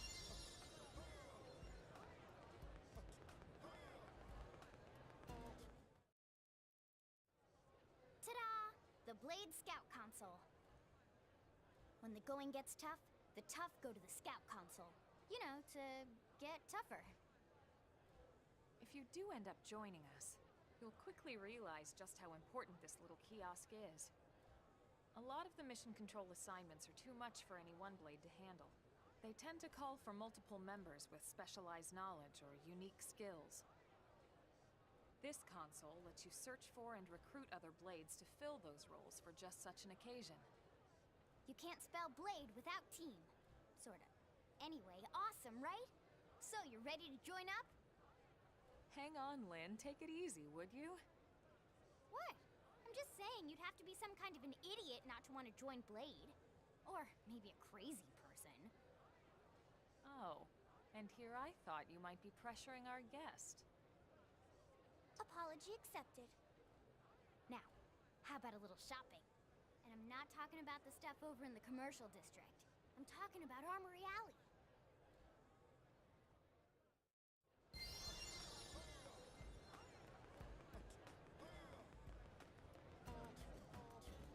Hey.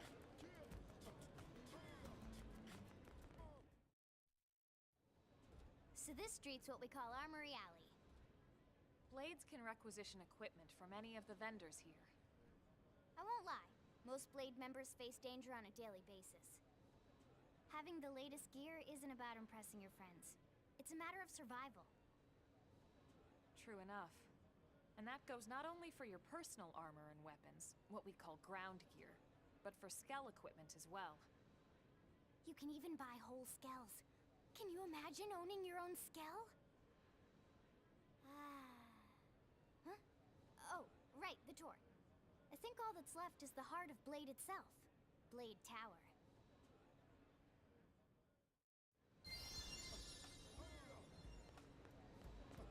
Hey!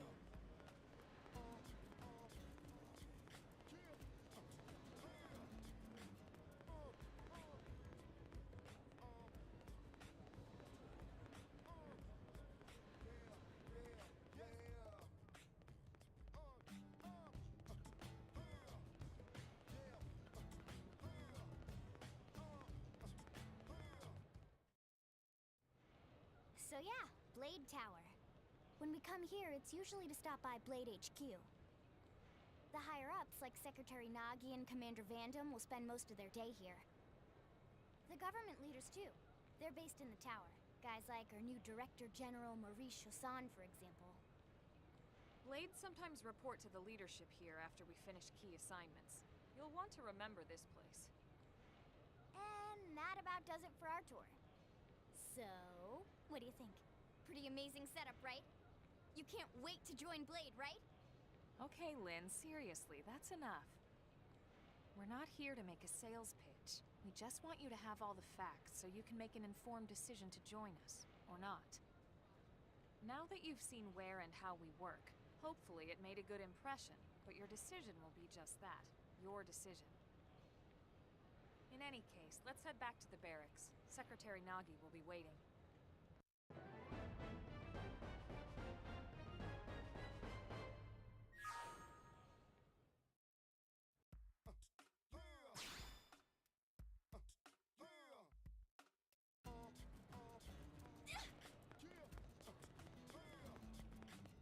I have been muted for over 20 minutes because it's all cutscenes, and it's not stopping in the near future. We're still going through a bit more. But hello, Oak. Welcome to stream. Early RPGs, am I right?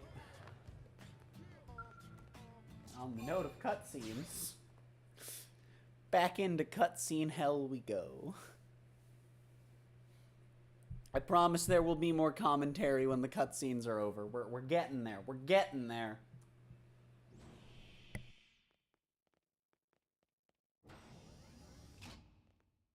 Honey, we're home. Yes, very amusing. Who wants a fresh cup of tea? Thank you, Ms. Gu, but I can't stay long. I just wanted to pass along a request from your commanding officer. Commander Vandam? Does it have anything to do with our new arrival? Correct. He stopped by while you were out on your tour. He said he'll come back, but that I shouldn't wait to ask you. Here we go. I bet I can guess. You probably can. He wants to fast-track our new friend here for blade duty with a training assignment. What in the hell are we waiting for? As he put it. The commander does have a way with words. Makes even my pitch sound smooth. I explained about the memory issues, but he didn't see it as a problem.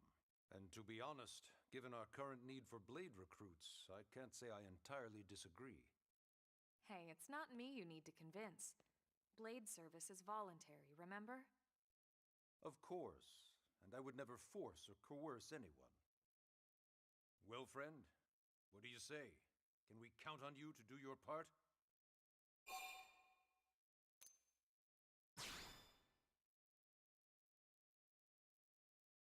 Ms. Ku, how much do you know about life pods? Life pods? You mean like from the white whale? Yes, those life pods. Like the one Elma, a blade, rescued our friend here from. Emphasis on the word rescued. Because if you aren't released, you just sit there frozen in stasis. Forever. So did you have an engineering question about life pods? Or is this all part of the guilt trip? I'm sure I have no idea what you're talking about. Now, what'll it be, friend?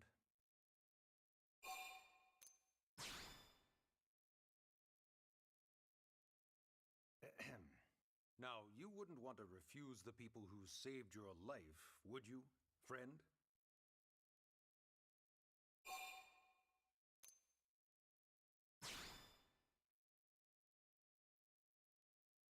You said no, you wouldn't refuse. That's a yes, right?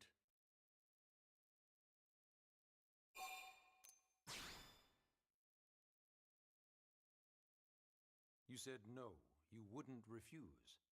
That's a yes, right?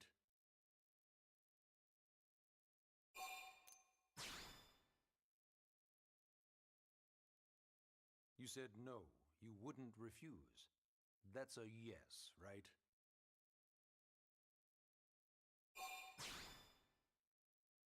I knew you'd make the right choice. Welcome to the organization. Elma, she can start on your team. You'll begin training immediately. Yes, Mr. Secretary. With pleasure.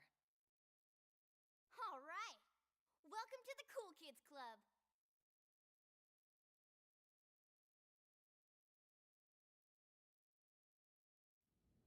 Now then, let's discuss that training assignment. We've decided to start you out on a probe installation, just to get your feet wet. I guess we should back up a bit. Here in New LA, we're using a specialized computer system called Frontier Nav to help us deploy a sensor grid across Mira. A network of data probes that allows us to monitor conditions and collect all kinds of information about the planet. Expanding that grid and filling in the blind spots is one of Blade's highest priorities. Here, take a look at this. What you're seeing on screen is a terrain map that includes New LA and the surrounding landmass. As you can see, we've divided the area into a series of hexagonal blocks. We call these blocks segments. Together, they form our grid. We determined this was the most efficient pattern, given the limited range of our probes. Based on it, we know exactly where we need the probes to go. Now we just have to install them. sooner the better, as far as I'm concerned. The Frontier Nav probes can also detect the general locations of living things in the vicinity, which comes in handy if we need to track down a blade or another citizen. Yes, quite handy indeed. So for this first exercise, you'll be heading here, to that white segment. Go there, install the data probe, and then come back home. Got it. East of the city. In that case, we can take the east gate out of the administrative district, right? We should be there in no time. I'll leave the details on the data probe installation procedure to you, Elma. Of course, Mr. Secretary. All right, you two, shall we? Yeah! Training or not, let's go install the hell out of that probe!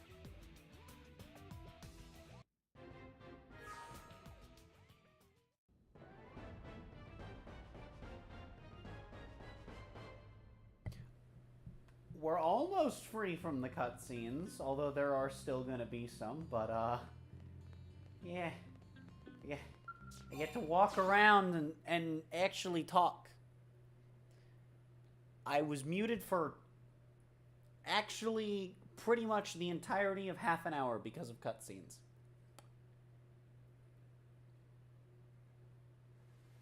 Man, am I glad we pulled an assignment to the east of the city this time. It'd be a long walk all the way back over to the west gate. Hold on. Are we even sure the east gate will be open? Last I heard, it was still on lockdown from all the high-level indigent activity. It was, but they just lowered the threat level earlier today. The gates are officially open for business. One of our teams must have gone out there and kicked some furry indigent butt, huh?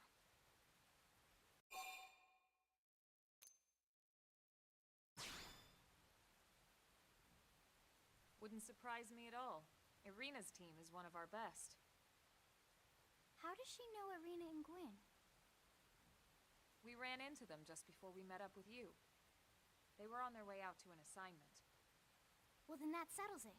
It must have been them, right? Man, forget this amateur hour probe baloney. Those guys are where the action's at. I'll try not to take that personally.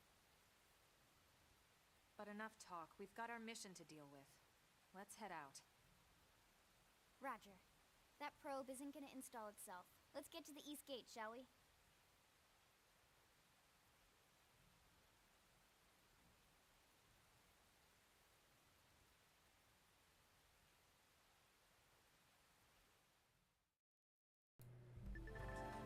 So many cutscenes.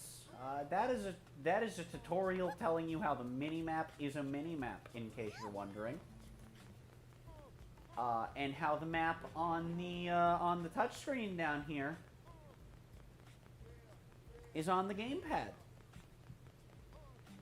It's really great because the gamepad's really, really well integrated into this game, and none of you will ever see it ever in my streaming of it, because you won't, because you can't, because I can't record the gamepad. But that's fine. So we have Lynn in the party now.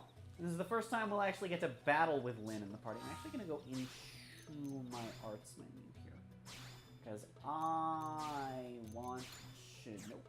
I mean, I just don't want this quick, but it's going to be for now. I want to throw that over there, because I like having my arts sorted.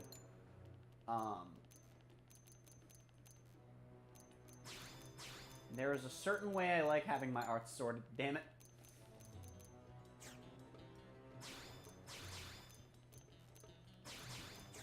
I normally have TP arts on the outside, but I specifically like having Wild down on there on Lynn. Okay. So, if you couldn't guess by what's on Lynn's back and its suspiciously familiar appearance, and the fact she has an art called Wild Down, Lynn is the tank of the party. Her AI is not very good at doing that, but that's fine. Oh god! Oh, there it is. Yeet! Nope.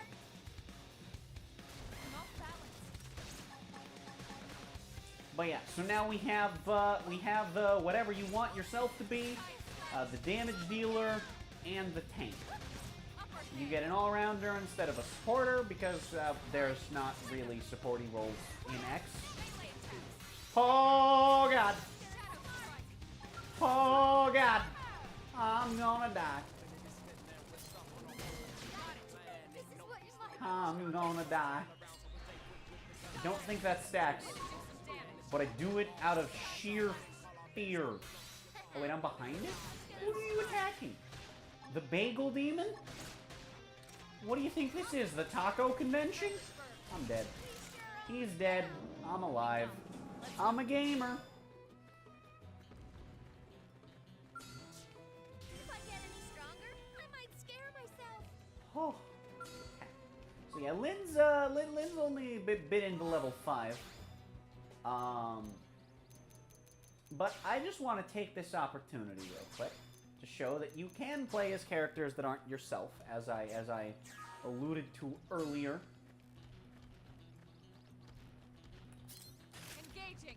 And one thing you may have noticed in the party menu, both times that we were in it, is that there are 4 party slots on the side of active party members. And that is because you can have 4 party members at a time in this game. Which is a number that would not be topped directly, at least, until 3 would come along and say your whole party of 6 can be out at once. So that's pretty cool. For the longest time, this was the biggest party you could have. I guess Future Connected also sorta kinda topped it. Woo! Phil Swift engaged. I have not taken any damage, which I guess means that, you know, Lynn's doing her job. I don't know what me is doing over there, I'm gonna be honest. Oh god! I mean, I guess Lynn's only partially doing her job if me is able to take that much damage. Yeet! And we did it. So yeah, Elma's got a bit more punch to pack.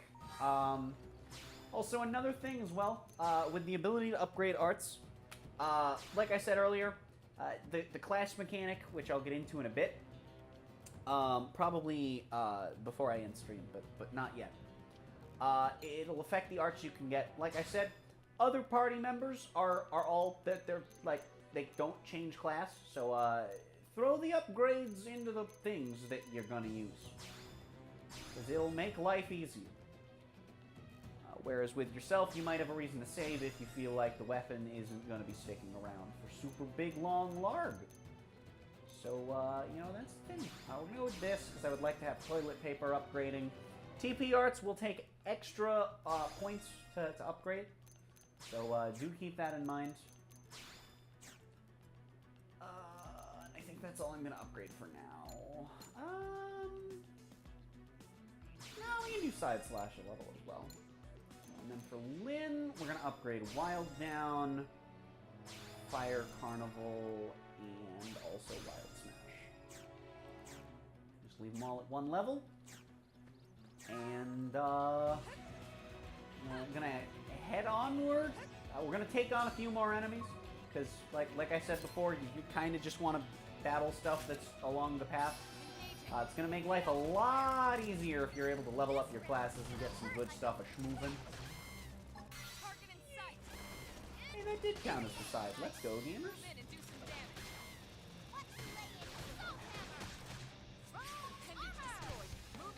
Those prompts, if you're wondering, they give you TP if you nail them, and if you do them more goodly, they give you more toilet paper, and it's pretty cool.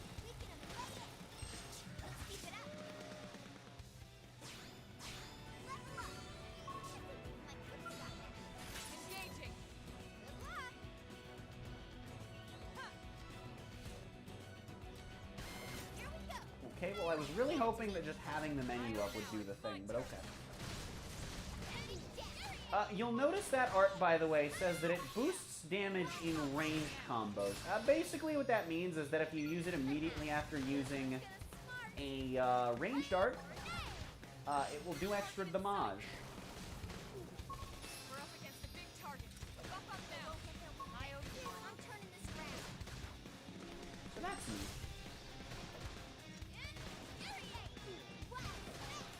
I would use Shadow Strike here, but I kind of just want to make sure that we can have it for when a Soul Voice for melee arts gets called out, because that would be really helpful.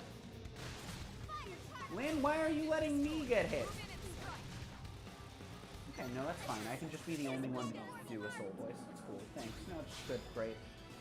Wonderful.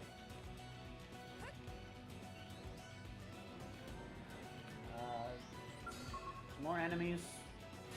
Seem like a good idea. Touch!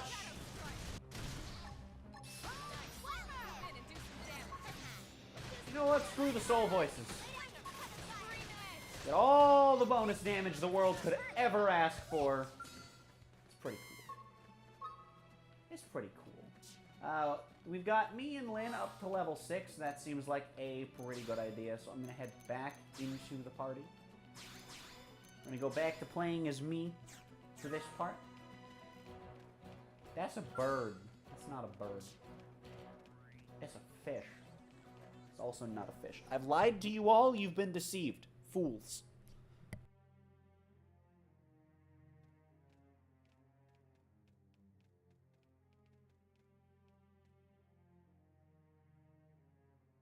What the hell happened here?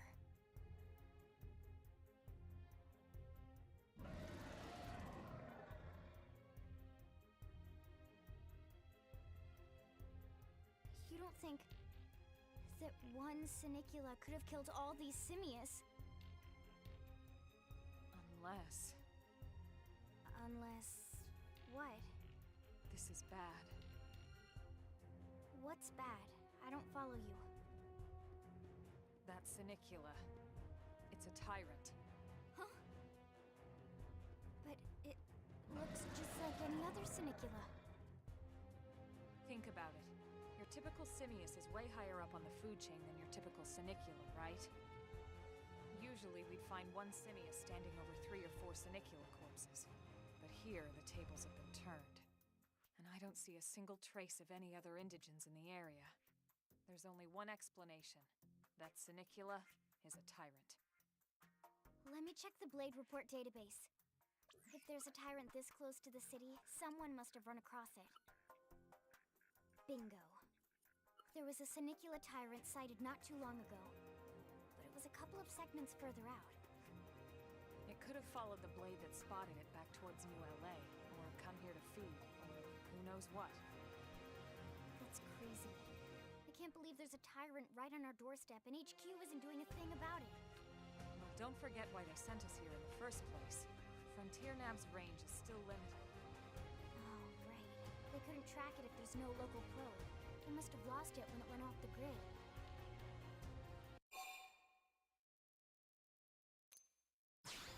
The Tyrant designation is given to creatures that pose a special threat in one way or another. That doesn't always mean raw strength. Some Tyrants will actually register as low rank when we find them out in the field and engage them in combat. But don't let that fool you. If a creature shows up as a tyrant, you can be sure it's got at least one nasty trait or ability to speak of. The system can't account for everything, though, so don't let your guard down, no matter what rank it assigns. Even some of Blade's very best teams have come back with serious injuries after running into a tyrant in the field. If they come back at all.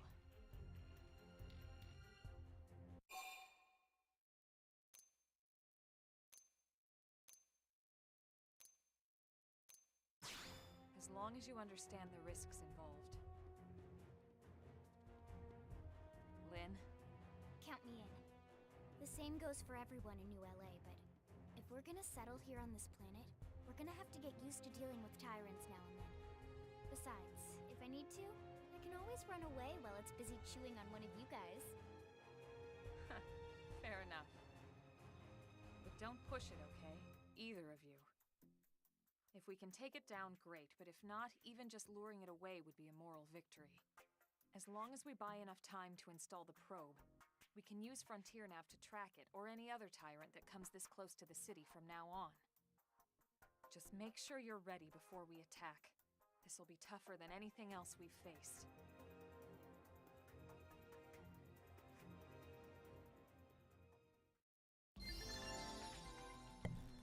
So like, tyrants are just unique monsters, but there's lore to why they have names and stuff. So that's neat. Anyway, it's time to kill it.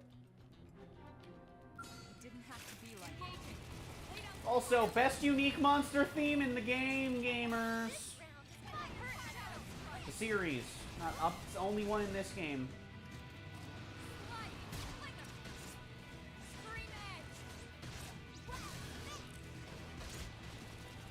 I actually kind of want to get this. There we go. I'm probably not going to use Infuriate, but if I do, having the secondary sounds nice.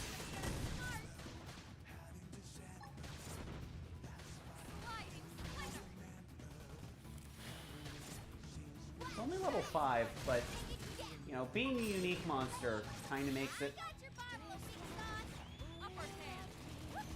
worth it to do.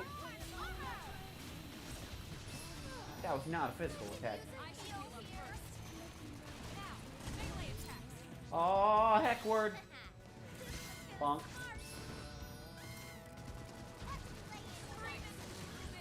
Doesn't seem like it's going to be a terribly difficult run of this fight. Topple goes off. Flame Grenade does nothing. Wacky gamer moment.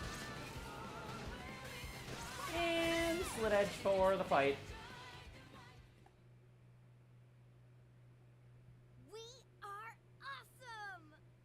Nice work, Lynn.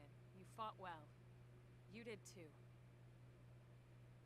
Now let's get down to business and install that data probe.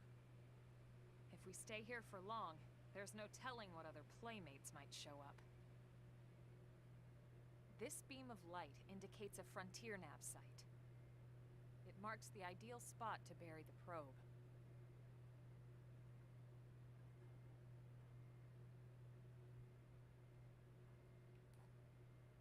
Okay, the probe should be ready for insertion. I'll just boot it up. Thanks, Lynn. The top half of the cylinder contains the probe itself.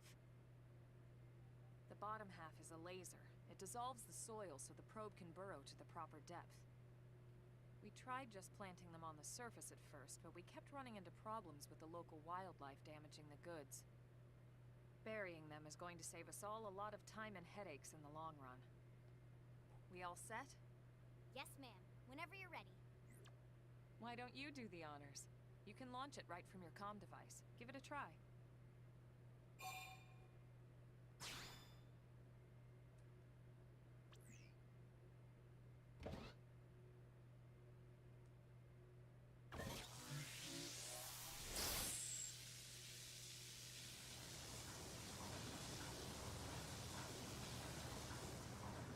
Good. Now we just need to give it a minute to reach the target depth.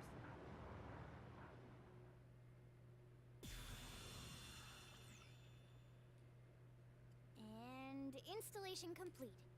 We are now online with a solid connection to Frontier Nav. Excellent. See? At the end of the day, there's really not much to it. The hardest part was calculating the ideal probe locations. We need them spread out evenly to maximize data collection. Yep, planting probes is easy. And the more we plant, the more likely we are to find missing crew. So anytime you see a probe site, there's no excuse not to plant that sucker. That'll do it for your training. Let's head back to the barracks and report to Secretary Nagi. So yeah, the thing about the probes is that this is a mechanic where you can find them. They're these little beams, and there's more of them scattered throughout the world, and you can install them, and it'll show you stuff in the surrounding areas to them, and they're literally just all field skill checks for your mechanical skill. Stupid majority of them work with level 1, but Some of them need level 5, which you can't get till after the game, basically. So that's something to keep in mind. Also, that tutorial about size-based enemy is a thing. Size is a relevant mechanic. You know. Also basically spoils that, you know, you'll eventually have access to skells, which is super fun. I can't wait for that. But that's still a while off, especially since this is, you know, max twice a month series. So, you know, there's that. But, oh yeah, we get to hear the NLA daytime music. NLA's day and night themes are both, like, they're both good. The problem is how often you end up having to hear them. Because, like I said, you're coming in and out of NLA, like, literally the entire game, and post-game. So, there's that.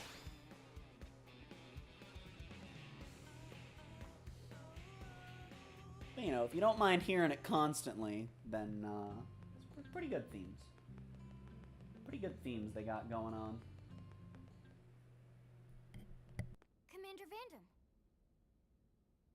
Well, now, look what the cat dragged in.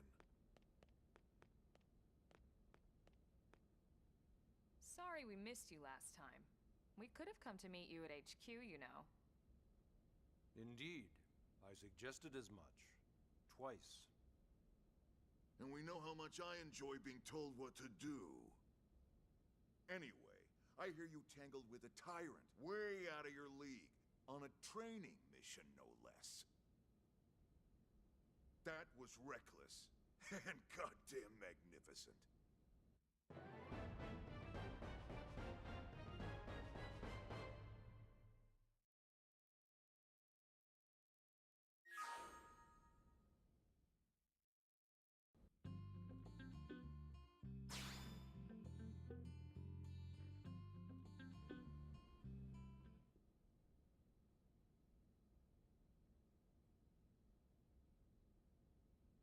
So, Commander, to what do we owe the pleasure of your visit here today? Well, I can't just ask Nagi to do everything for me. I'd be out of a job. Hey, I delivered you the new recruit, didn't I? Yeah, you won the bet. Don't worry about it, all right? I'll settle up with you later. You know I'm good for it. The bet? I'm sure I'm needed elsewhere. If you'll all excuse me, Commander.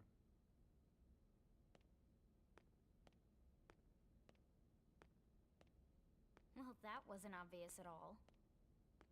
Huh. Look at you two. I swear, you're like two children excited about a new toy. Look who's talking.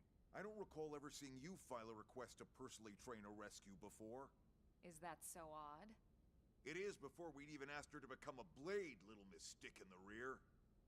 Usually I ask when I don't get your slang expressions, but something tells me to just let that one go. Enough about that. Where are your manners, anyway? I still haven't been introduced to our new recruit here. Commander Vandam is Blade's top officer. In a past life, I was chief engineer on the White Whale. Same idea, basically. Someone has a problem, I fix it. You follow? Huh. Not much for conversation, are you? So you still haven't told us why you're here. From the look of things, I'm guessing this isn't a social call. You don't think? No. So let's cut the crap and get down to business. Ha! Sounds like you're learning my expressions just fine, Elma. Anyway, first we need Chatty Cathy here to choose a division and pull an assignment.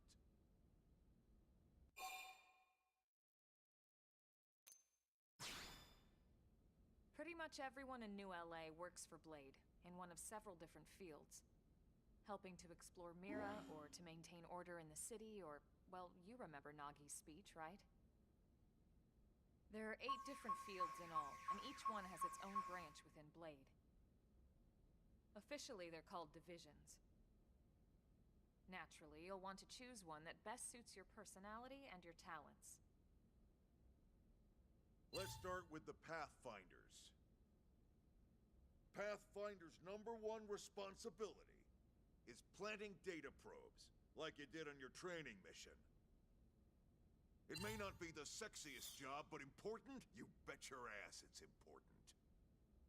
We've only been on Mira 2 months. We don't know jack about this place.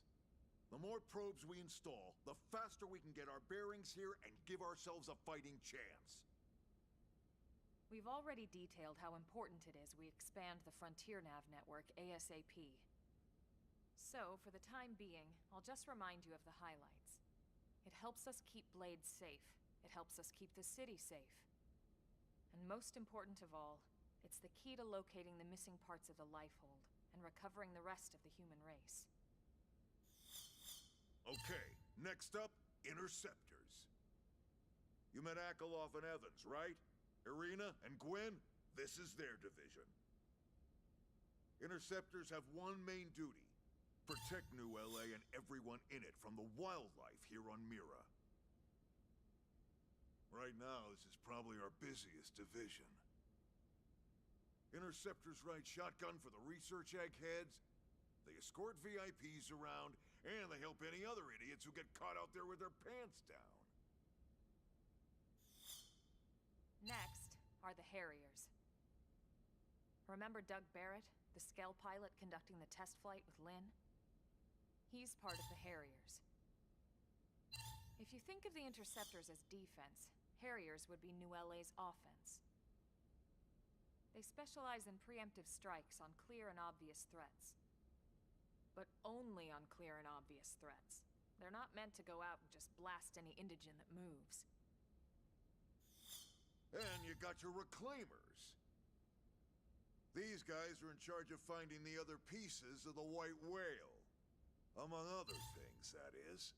Including anything of ours left behind after a battle. Skell debris, weapons, personal effects. It can get a bit morbid, frankly, but it's gotta be done. Until we're up and running here on Mira, and have this place completely figured out. Everything we brought from Earth needs to be treated like it's irreplaceable. Also, the search for the Lifehold. That's mostly on the Reclaimers. Next, Curators. Curators are the first to scout ahead to unexplored territory, bringing back whatever samples they can get their hands on. Fruits, bugs, sticks and stones, you name it.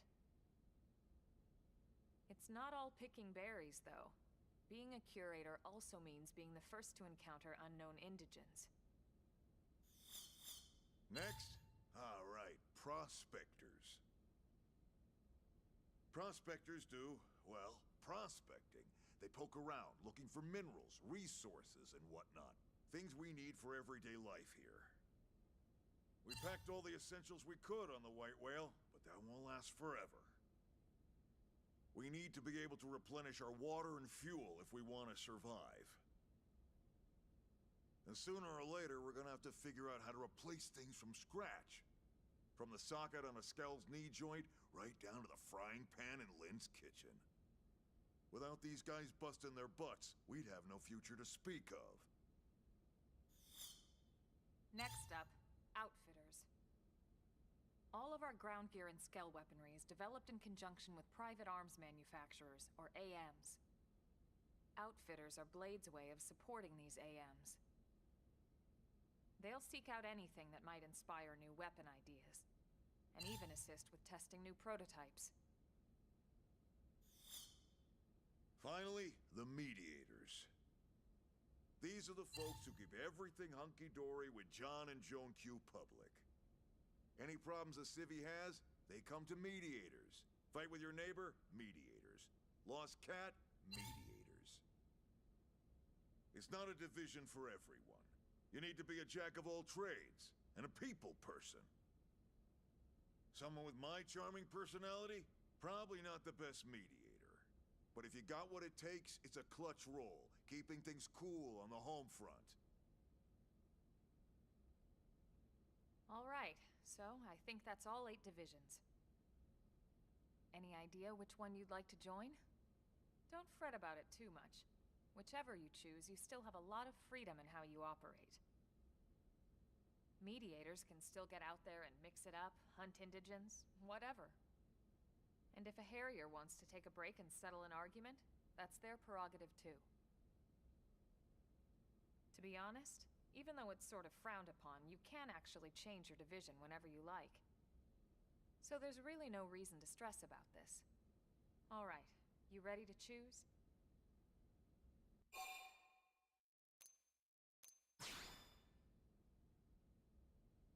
Yeah, and? We're on pins and needles here.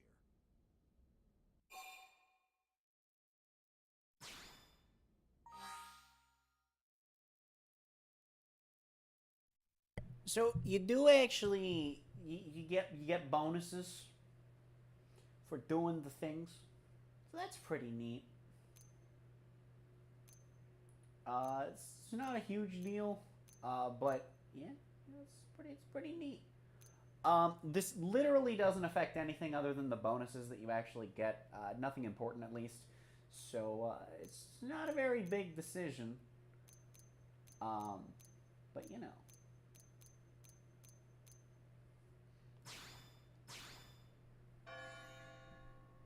I'm gonna go with this because it gives me toilet paper support. Then it's settled?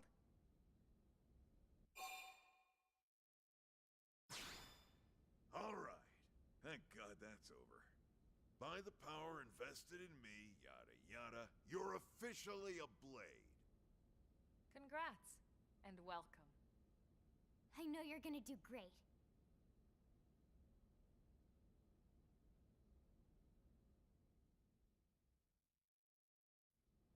Now for the job. Let's get down to brass tacks. Nelson's team has gone missing. Last contact we had, they were installing a data probe out in eastern Primordia. Then, nothing. Nelson. Pathfinders, right? Are we talking indigens here or what? Your guess is as good as mine, but they did have a skell with them. You'd think they could hold their own, or at least run away. All right, we're on it. We'll head to their last known location and go from there. Report whatever you find ASAP. Of course. Let's move out. Roger that.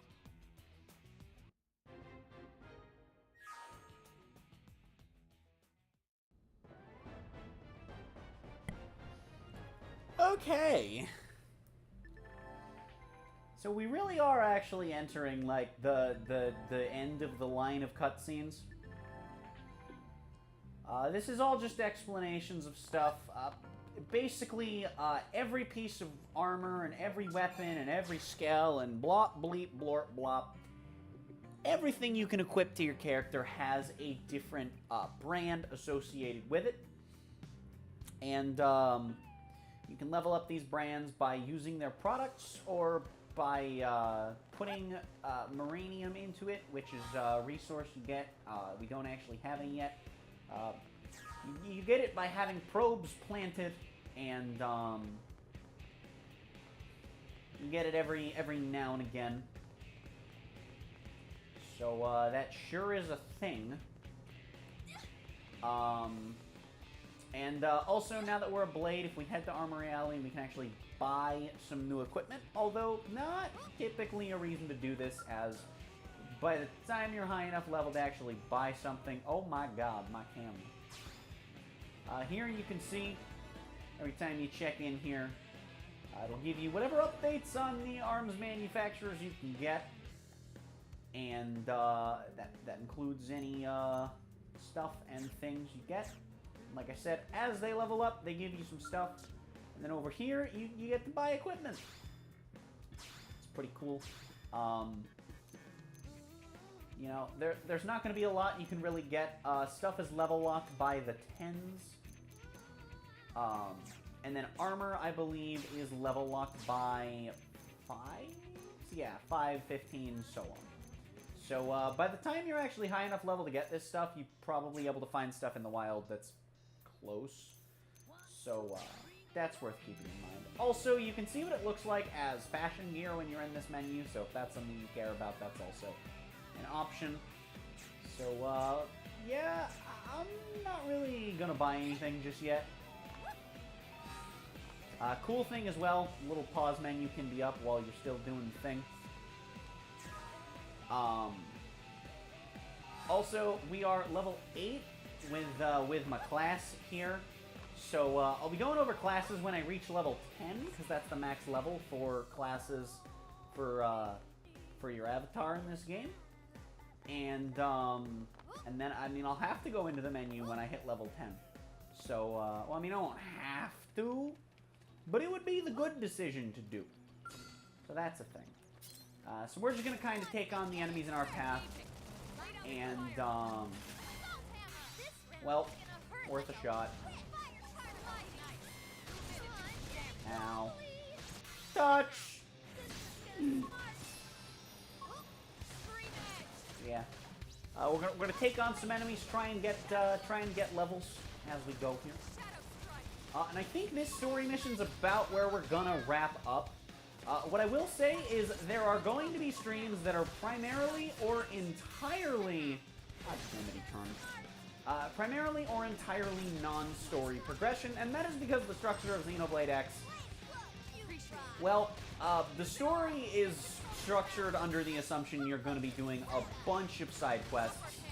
The game's balanced stupidly heavily around the assumption you do basically all of them, and there's a lot to be gained, both story-wise and gameplay-wise, from doing side quests, affinity missions, all sorts of stuff. So, yeah, that's going to be a thing that's going to be happening a lot.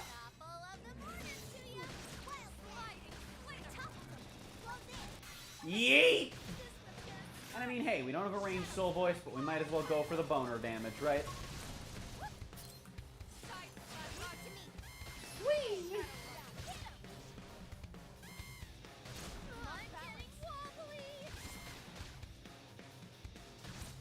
If you're wondering, by the way, the end game level, I'm sorry, not the end game level. The max level in this game is not 99, but in fact 60. So keep that in mind for level scaling. That max level is 60. I think end game is 50. I'm pretty sure end game is around 50. So, that's worth keeping in mind for if the level scaling ever seems wacky, that's why. It's not normal. In any capacity. We're going for the top hole. We're going for the flame grenade. We're just gonna roll with it. We're just gonna zip zap around. You know, we're gonna blow up his tail. Alright, I'll use an aura, why not? Wow, I missed that horribly. I used it before she was done talking. Alright, that's class level 9. We're getting there, gamers. Also, important thing of note, as far as how you sort your arts, up-down does not bring you back to the center of your arts palette in X. No, I don't know why they changed this. No, I don't think it was a good change. I'm very confused. But, we're making quite a bit of progress on division level, or, sorry, on, class level. My bad. Well, tragic. Might as well extendo bendo the topple. Might as well miss the prompt, because, I mean, hey, it's not important. Right? It's just some TP. It's early game. I don't have TP arts. No one's dying. Who cares?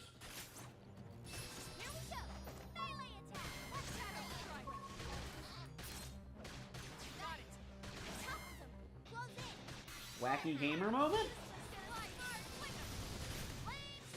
Touch. We are just zooming through these battles here. Yeah, so small enemies are,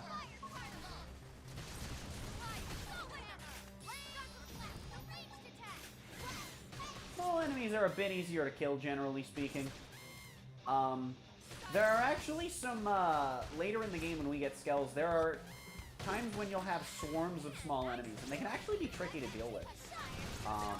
You do a crap ton of damage, but if the enemies are small enough, stepping on them will damage them, but it will also cause them to aggro onto you, and that's not always a pleasant experience.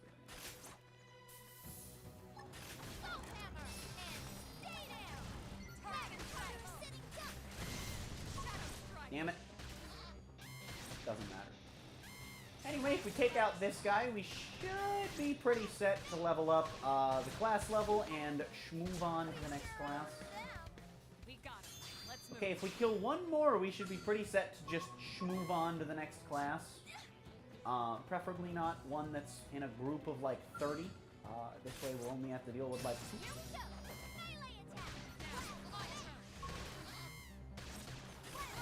Bonk. Bonk.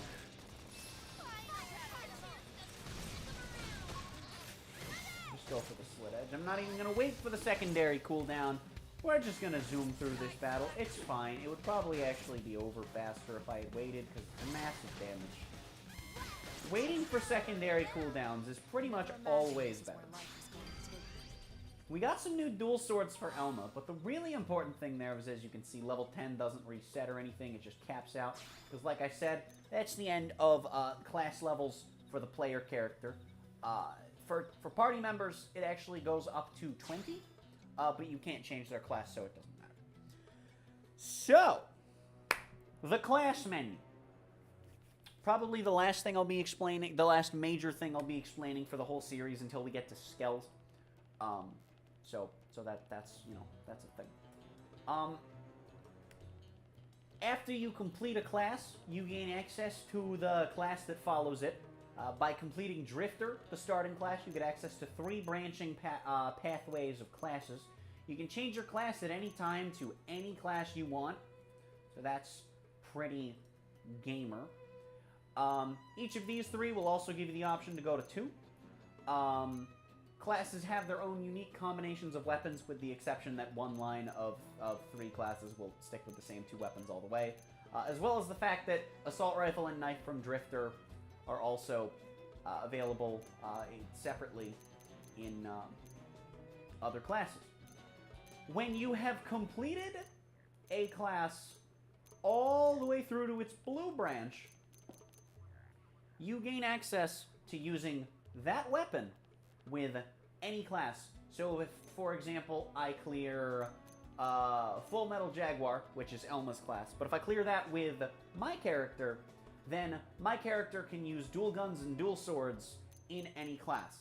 Now, arts are still by weapon class, so I can't use knife arts with dual swords, but I can use, say, dual swords in tandem with sniper rifles if I'm working on Astral Crusader, or I could work on Mastermind using the dual swords and sniper rifle, and I can just completely ignore the ray guns and knives. So, that's how that works. Additionally, you have the skills mechanic. You don't get any of these for leveling up Drifter, which is why I haven't gone into it yet. But by leveling up all the other classes, you can get an assortment of skills that do various different things and can be leveled up using the battle points that are also used for your arts. So it's another level of management, but I'm pretty sure you can eventually just have everything at max level anyway, so who really cares in the end, right? It's fine, just, you know, throw levels into stuff. Yeah, I mean, Galactic Knight sounds pretty cool. We could work for that. I, mainly want to do this based on arts and, what all they do. So, I don't know. I mean, like, I don't want to go with Full Metal Jaguar, because Elma's in the party for every story mission, and you can't... Like, Elma and Lynn are required for pretty much every story mission, if not every single story mission. So, not really too keen on that idea. Same for, Bastion Warrior. I think Lynn's technically a shield trooper, but it doesn't really matter. The idea is, tanky roll's already filled, and so is, it's like, big damage chonker. So,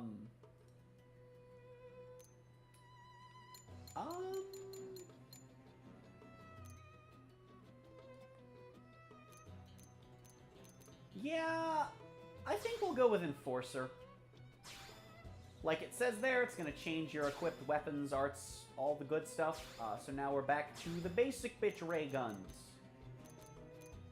So we don't exactly have the best weapon, but certainly not the worst. We still have access to our knives on this path, though, so that's pretty cool.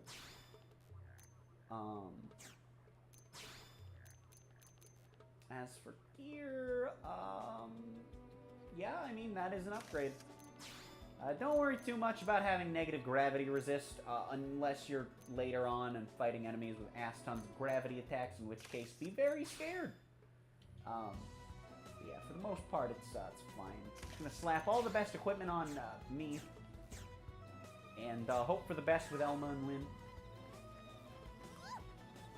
And also, hold on, wait, let me go into my... Are there any skills at level 1 with this class? There are not. Elma and Lynn. Elma has a skill, so there's no reason not to equip it. Lynn does not have any of hers unlocked yet. Fair enough. They're just passive increases to various things, bonuses of all kinds of assortments. And I meant to go into the arts menu. Wanted to shift around my arts. Yes, we have...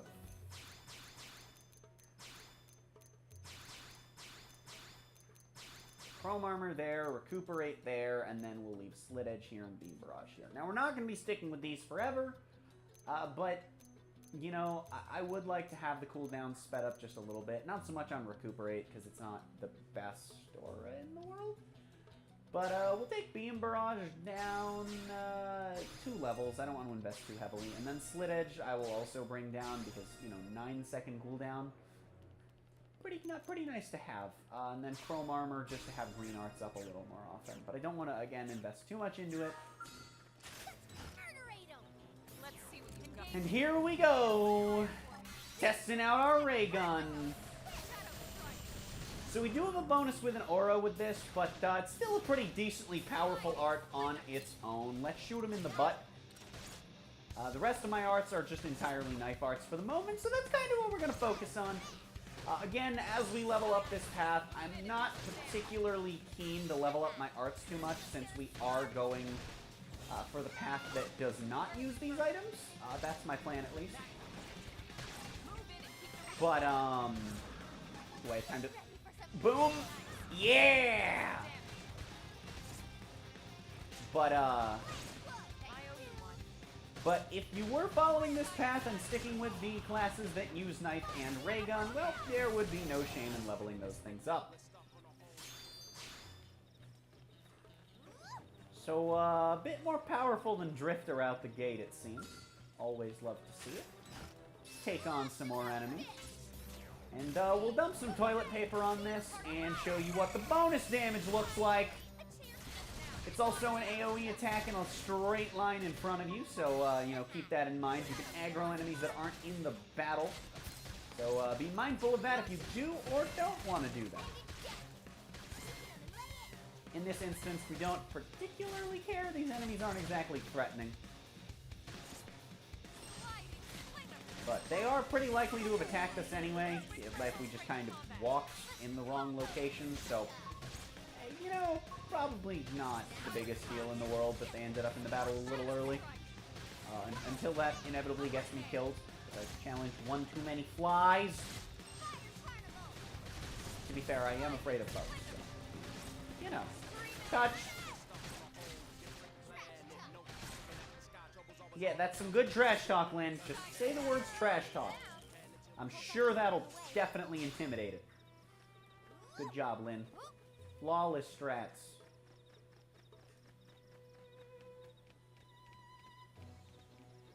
You know, we could take the intended path, fight some more Grexes. Nah, we just dive down.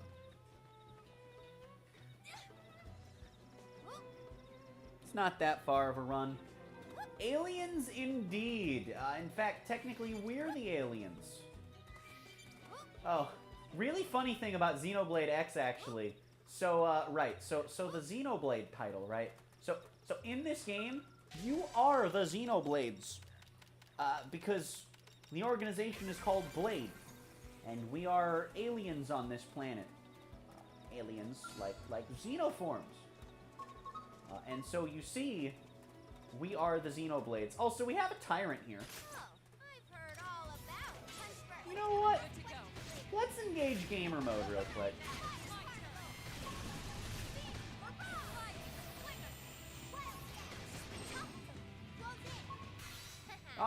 behind! I thought I was on the side! This is why you read your thingle and your dingle, chat. This is fine. All according to Cake.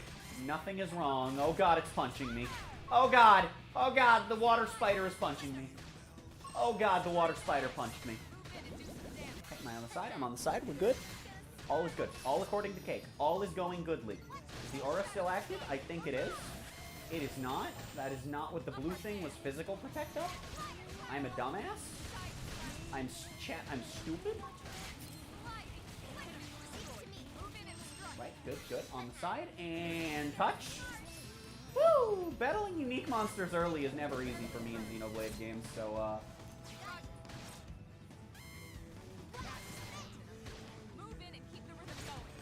on the side, and touch. Gamer moment. Put up an aura, and throw the beam on out, gamers. And then we'll bring out the knife again, because there's not really a reason to keep the... Oh god, that's high level. Oh, please don't attract that. Good, good, good, good, good. I want to wait for a soul voice prompt. There it is. Get to the side. Hit it. Go! Yes! Position does not particularly matter at the moment.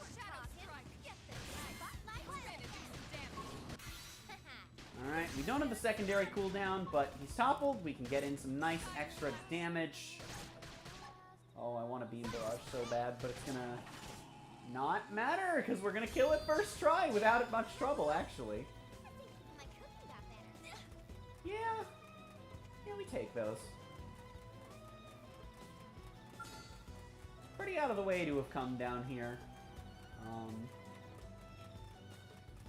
But you know. But, you know.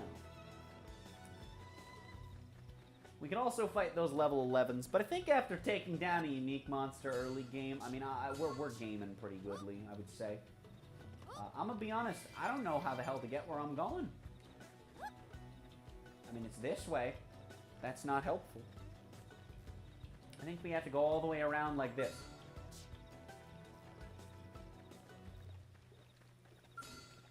Here's one of those dinosaurs we saw at the beginning. You can fight them. I don't recommend it, but you can. But you can. Put some socks on so I can knock them off.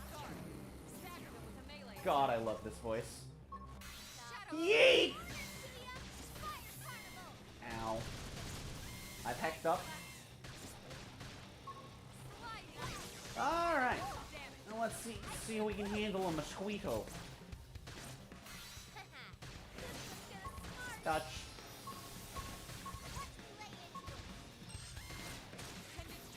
Gonna switch over to this while we wait for Slit Edge to come off of cooldown. Well, I tried to jiggle my way to the side. He's a really small enemy. Oh well. So Slit Edge on cooldown, so we're gonna get Beam Barrage up and schmoovin'.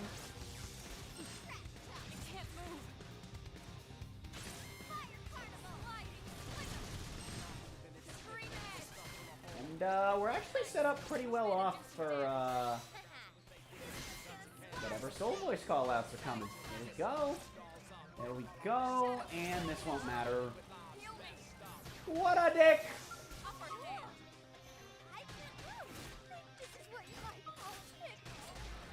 And just long enough to kill the Soul Voice. Wow, this game's being an ass. Oh well.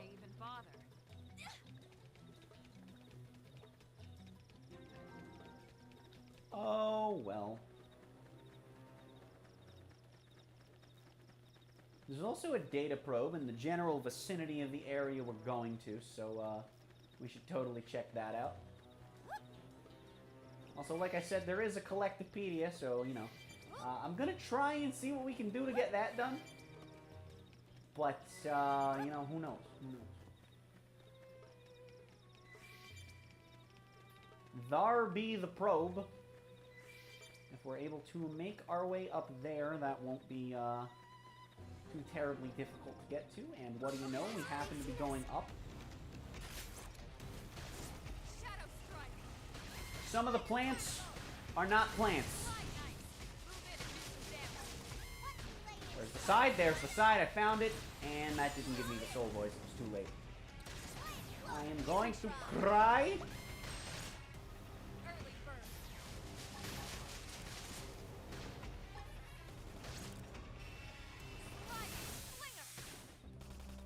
I'm just gonna wait for Beam Barrage to get it. Oh. Damn it! How was that not the side? Okay, good enough. I was waiting for my secondary, but oh god, it didn't matter. Oh, we zombled on him. We dongled that plant thing. Flower looking ass bitch. I saw the collectibles. I knew I must acquire. Anyway, right up ahead is our destination, and wow, that scale don't look so goodly. That scale not looking very great. Oh dear.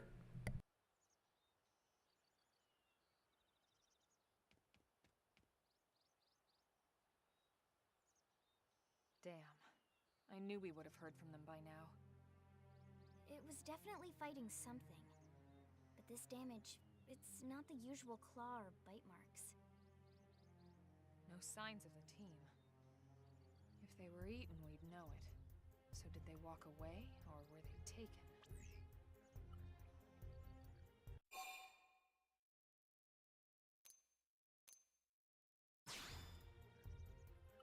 Right. Either way, they couldn't have gotten very far. Let's keep looking. Hold up, Elma. Check this out. I'm picking up an Earth-based IFF signal coming from that direction. It's Pathfinder. That thing over there, maybe? It doesn't look natural, does it? No, it doesn't. It looks like trouble. And look at this. I'm picking up readings for other life forms, too. Multiple signals, moving around inside the structure. Elma, you don't think...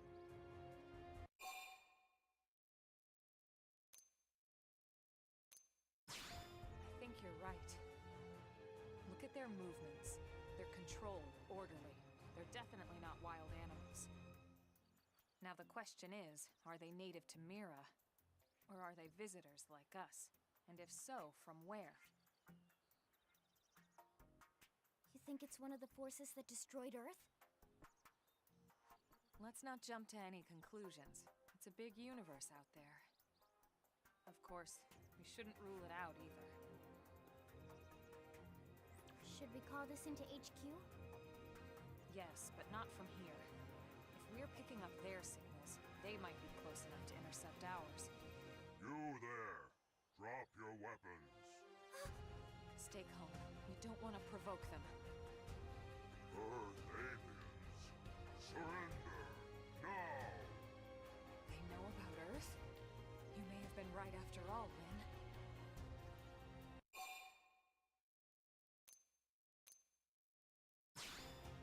What are you doing? It's okay, Lynn. Just stand down. I'm not sure why, but somehow they're able to communicate with us. Meaning? Meaning we need to know if diplomacy is a viable option. Roger that. We come in peace, and we're willing to negotiate. If you have any Earth alien prisoners, we'd ask the conditions for their release. If you don't, we'll leave you in peace. No negotiation. No conditions. We have our orders. All Earth aliens must die.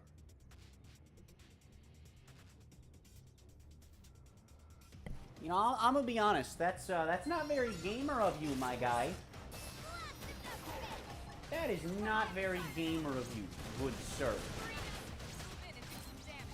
Yeet!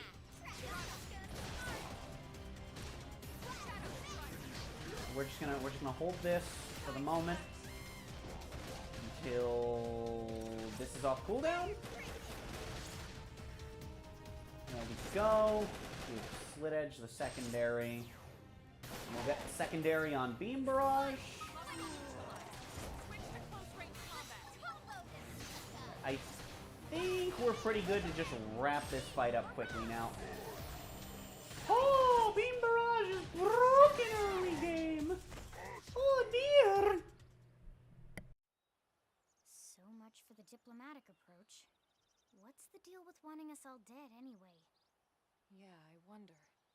did mention they were following orders. Maybe someone higher up their chain of command would be willing to negotiate. World's shortest cutscene. I'm resetting my camera every time, game. Why are you like this? Gotta get my free stuff. Gotta get my free stuff later. Gotta get my free stuff. So, that item we got, Humanoid Slayer 3, that is a thing that will not come up for a while. But I guess I was wrong. The classes won't be the last thing I'll be explaining until Skells. But we don't have armor with slots for that yet, so we'll get there eventually.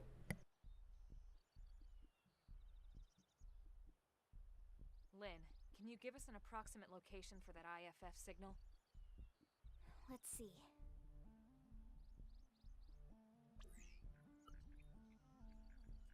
Seems to be originating from that building over there.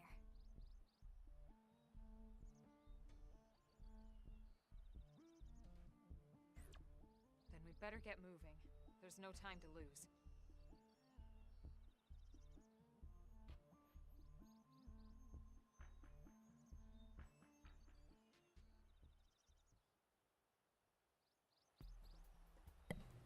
Hey, it didn't reset my camera this time. Oh, this fight is on. Well, that's a big ostrich. It's also a robot. Hey, I'm on the side. Not sure why that counted as the side, but oh god!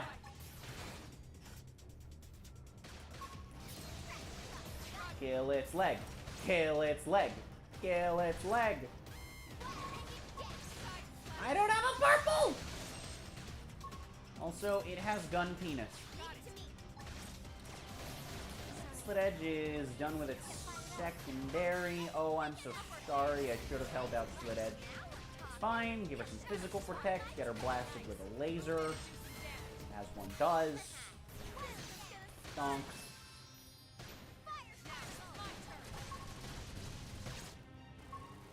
I don't think I'll be off cooldown in time, will I? I will! Yes! And down goes the Robo-Ostrich. I got a workout from all that running. Was that a skill weapon I just got?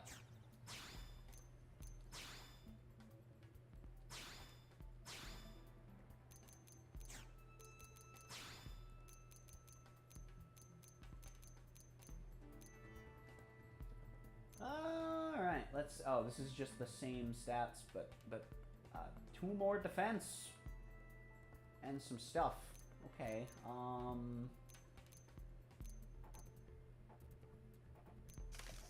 yeah, I think we'll go with that. And then, I mean, this is, not nothing. So yeah, we'll take it. We'll take it. We'll roll with that.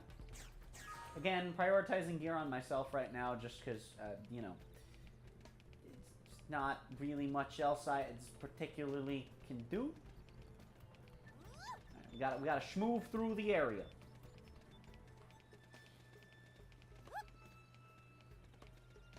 I would say stealthily, but not really an option when everyone can see us, everyone can hear us, and everyone gonna shoot us.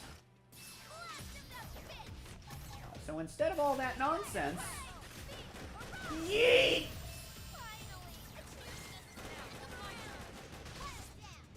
Haha! Haha! Yeah, gamers! Oh, he's dead. Oh, it's over, buddy. You ain't even ready for the cheeseburger. Touch. I missed. I missed. I might scare myself.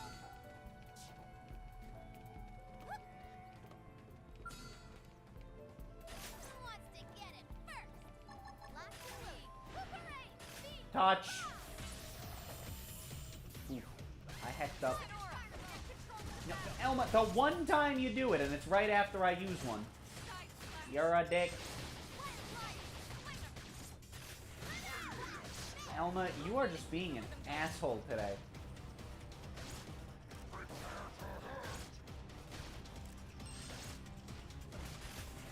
Bonk. And Aura's not active, but hey, why not, right? There we go. Hey, Tatsu, have a bite and tell us if it's poison. Wait. This might be good. Oh god, oh god, oh god, oh god, oh god, oh god, oh god. Oh no. That's a unique monster. Oh dear. Okay. We'll come back for you, friendo. As for this guy, he's actually in the way, so we should probably worry about that.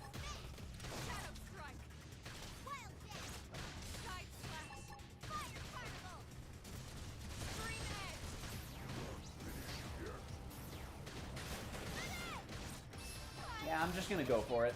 Because this art is still really solid. Just like, even without the boost, it's still stupid. Even without secondary cooldown, it's so much damage for just literal free. On our way back out of this, after this story mission, I would like to try and take on that unique monster, though, because he a chonky boy. We got a new art. God, that menu's annoying. That's not the menu. Oh dear. Okay, here we go. We got a new art. It is another knife art. It is a heal for 5% of your max HP. So you would think, right, that as you upgrade this, it would be 5% per level, because arts cap at level 5 in this game. You would be sorely mistaken. So we're gonna not be upgrading that.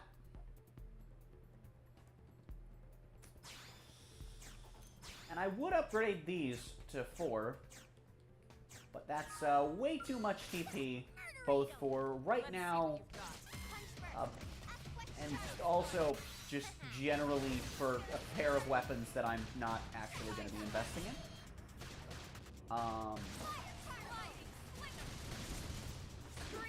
They are attempting to dongle us.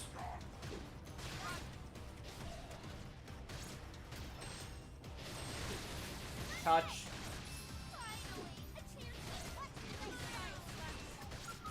I am going to use my Healy Bit on Lyn.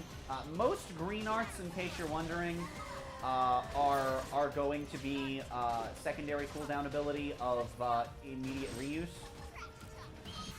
Here you go, Elma. Have some Fizz Resist. Oh my goodness. Here you go, Elma. Have some Healy Bits.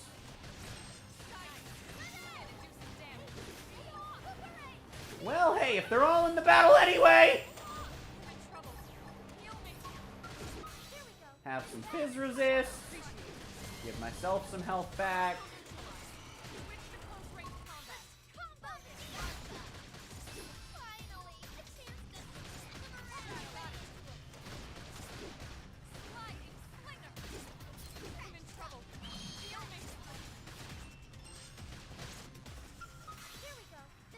Go. It's not a lot of healing, but it's not nothing. Alright, take one down. Nope. Alright, Lyn is hexed. Okay, but I have 3,600 toilet paper, so we're gonna help her up. Hopefully we can respond to the soul voice in time. We can't! No!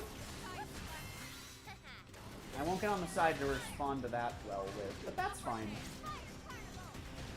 All is fine. All is going as planned. All according to cake, as they say. This, I don't think I actually need any healing, but it gives me TP back, which is seeming to be very important. Because if we're going to keep on dying, then... No! I was trying to go to the aura first! Okay, it won't matter, it won't matter, it won't matter. I missed that because I was trying to pull the menu up and I pressed it, but I think because I pressed plus already, it just said no, bitch, and I was sad.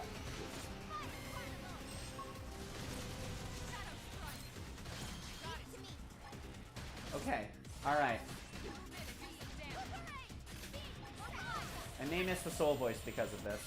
I'm not even gonna miss it. Let's go.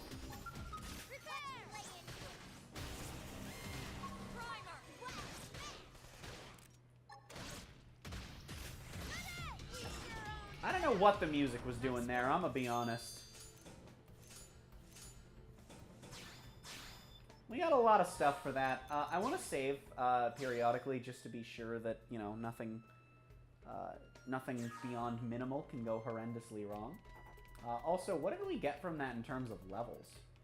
I have nothing to lock onto to find out, do I? Okay, literally nothing. Tragic. Although Elma's close. Yeah, I bet taking these two on's a good idea then. Will this hit both of them? No. But it will attract both of them, which is semi-problematic.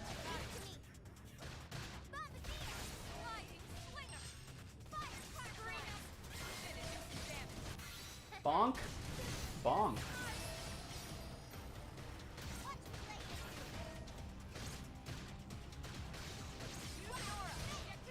I already did, Elma. Let's get Slit Edge secondary up. Here you go, Lynn.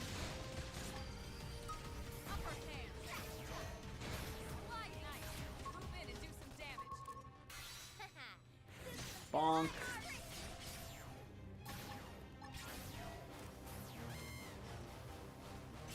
I want to get my aura back here.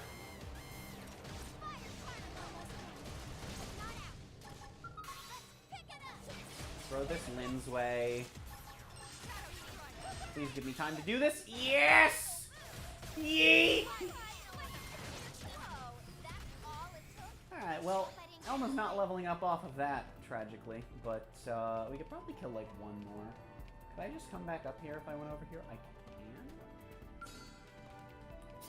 Can I just fight the one? I bet I can. Touch. I agree. Punch first, ask questions later is a good philosophy when dealing with, you know, enemies that are doing the exact same. I would, but I'm on cooldown. Stop doing your best impression of my paladin teammate. Ah, no secondary. Big sad. So much lost damage for that soul voice. I wanted to make sure I got it. Ah, crap. He got involved in the end. Tragic. Oh well. Down goes the... Nope. Secondary cooldowns win.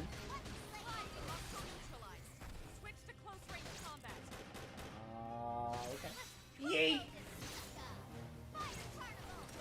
I guess I'll just do this while I'm on primary cooldowns for the night still. Okay. Yeet! See, Slit Edge is not as strong of an art on its own as, like nowhere near as strong as Beam Barrage. And it's not even AoE. It's so crazy. Elma, you were supposed to level up. That's the whole reason I came down here. Oh, no. There are level 30s there. Wacky. Oh well, might as get some free stuff. Might as well get some free stuff. I just deleted an entire word from that sentence. I'm just that much of a gamer.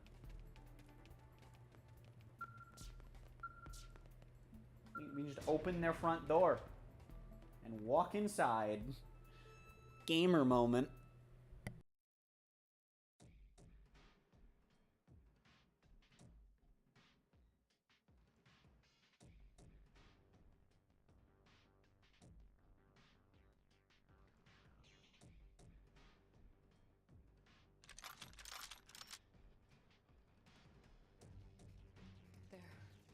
Dead. You killed them all. In cold blood. Fortune did not smile upon them today. Nelson. You filthy Earth aliens do not belong on this planet. You seem more fluent than the others. Are you in charge? I am called Glennar. I command this squad. time for you to surrender. Hello, Glennar. I am called Elma, and I command this squad. If this planet is your home, we apologize for intruding. We crash-landed here after our ship was damaged in an attack by unknown adversaries. We were hoping we could negotiate a peaceful settlement in exchange for our friends, but... Peaceful settlement? Your words are wasted on us. All we can promise Earth aliens is a swift death. Elma. Right. We tried. Looks like survival of the fittest it is. Fine then. Seeing as you know we come from Earth, I'm guessing there's a good chance we might have a score to settle with you anyway.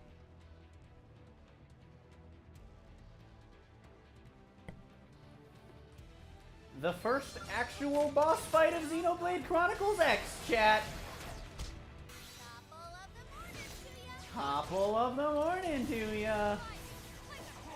Get this up while Slit Edge is on cooldown. Heal Lyn for Soul Voice. Slit Edge is back by the time that's over, so that doesn't matter.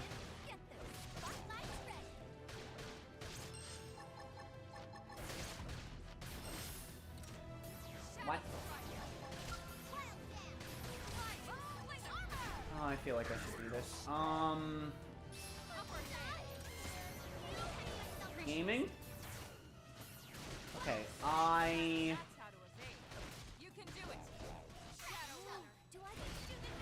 Okay, I have time.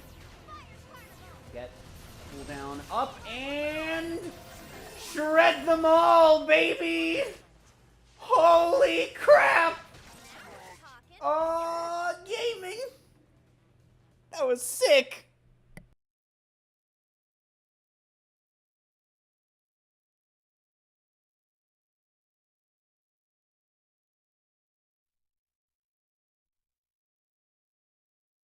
I don't get it. Why would they be so bent on killing all humans? Who can say? Whatever the reason, this is dire news. We should let the others know ASAP. Let's call it in and head back to HQ for a full debrief. Roger that. And here I just started to hope we'd finally escaped all this. Escape! Yes, escape! Tatsu also want escape! Friends? Friends not leave Tatsu trapped! More Xenos? What should we do? Stay back, Lyn. What do you think, Rook?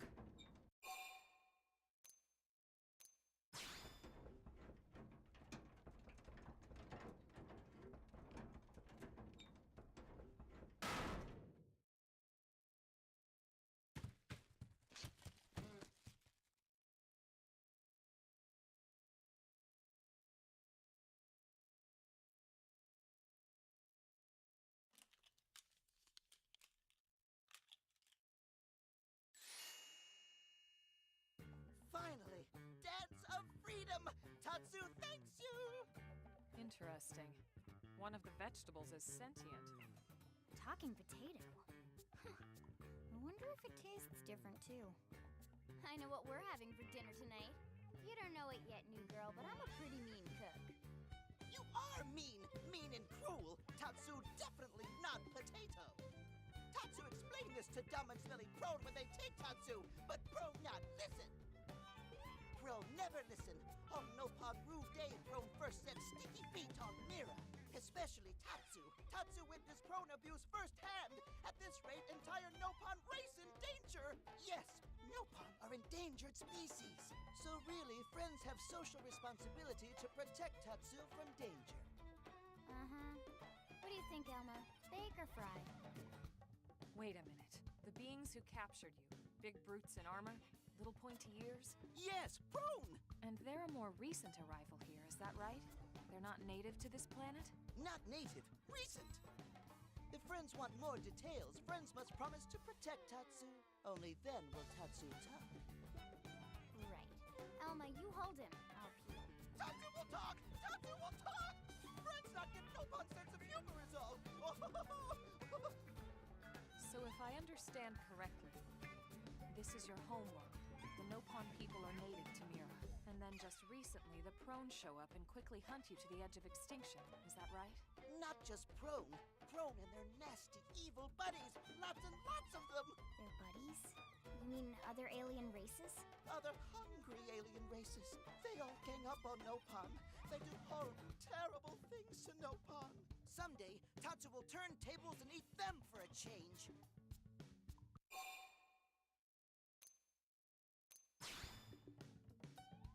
Then you'll help Tatsu? Protect Tatsu? Oh, happy day! It's settled then. In return, Tatsu will accompany friends back to their village. What do you think? Take him with us? He seems harmless enough. And he'd be a good source of information on Mira and the Prone. All right. We can debrief him when we report to Commander Vanda. As long as he passes the quarantine scan, we can bring him back to New LA. Right. Let's get that out of the way.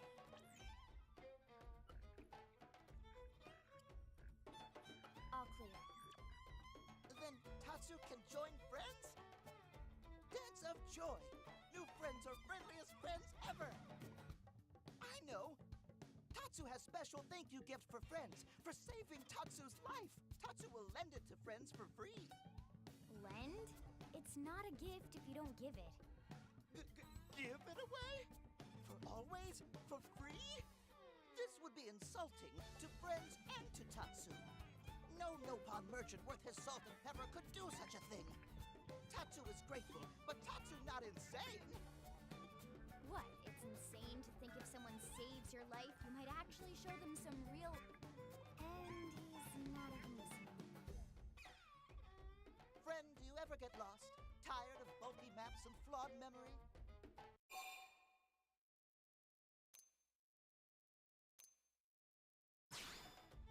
There is a better way.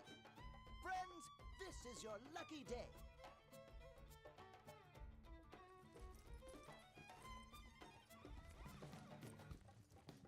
Presenting Follow Ball!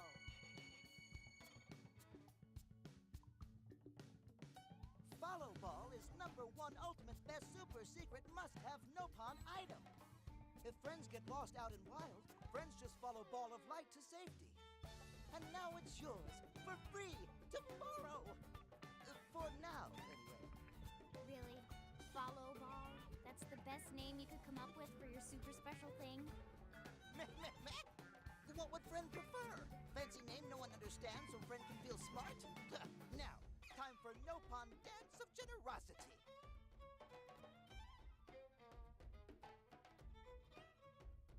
I don't know. Is that thing really gonna be all that useful?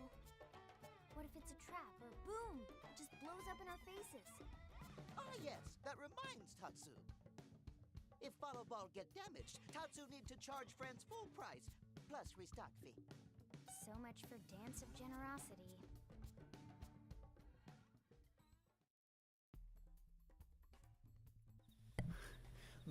So the follow ball is potentially more helpful than you may think. If there's somewhere that you have set as a destination for a story or a side quest, the follow ball shows you how to get there. Also, there's a level 50 unique monster over there, so that's pretty cool. But on the note of unique monsters in your area, we got these guys that respawned. That's pretty neat. We got this guy on the bridge that respawned. That's pretty neat. We're just gonna get into battle. Beam barrage. Way less damage than I want. Not get to the side. Just cry myself to sleep every night. It's sad that I couldn't get to the side. And the soul voice expired right before I came off cooldown. As one do. As one do. Oh my god, he turned. What a bitch.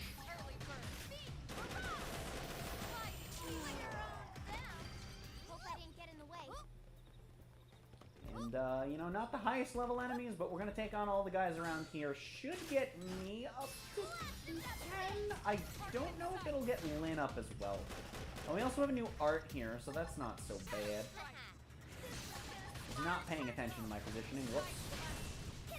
It's another enemies ahead thing, and it inflicts blackout. No, I don't know what every status in this game does, but at least I have a purple art now. It's also got an ass-long cooldown, as one do. But we're on the side. We're just gonna fire off Slit Edge, and down he go. Alright, there's only the one here.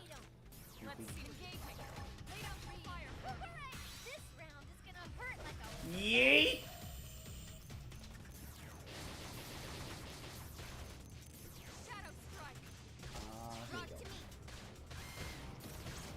Bam.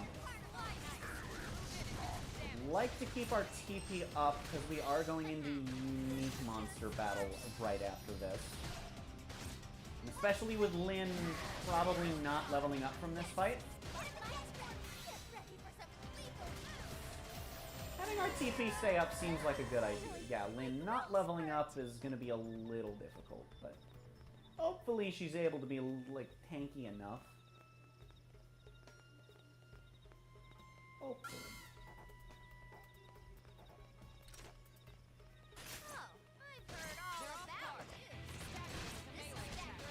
Yeet!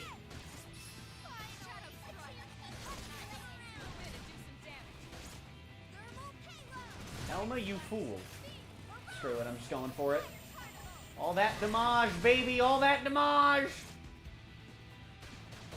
Best unique monster theme in the series. Get my Healy bit up. Aw, oh, crap, he turned toward me. No, I didn't notice. Okay, alright.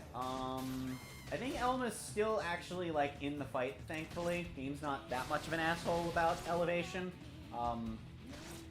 This is gonna be, like, stupidly easy. Holy crap. To be fair, Beam Barrage kinda strong. And on the note of Beam Barrage, I mean, look at that. I don't even have the not even the aura bonus. It wasn't secondary cooldown or anything. It was just dumb. Comrade. Oh, come on. Alright, asshole. Here's another laser. That one's more ear-hurty, though. Hey, blade level up. I don't think I've ever noticed that prompt before. That hasn't even been explained to us yet.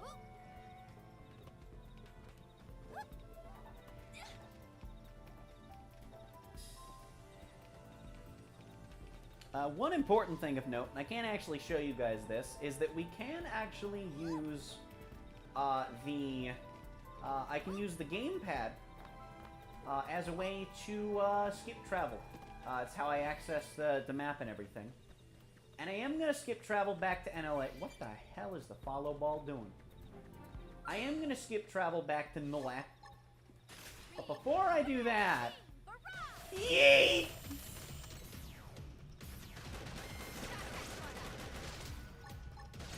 I want to get this probe done so we can come back here anytime we want, as well as just have quick and easy access to anywhere nearby. I probably should have held that for a soul phase. That's fine. Slit Edge to come off cooldown. Actually...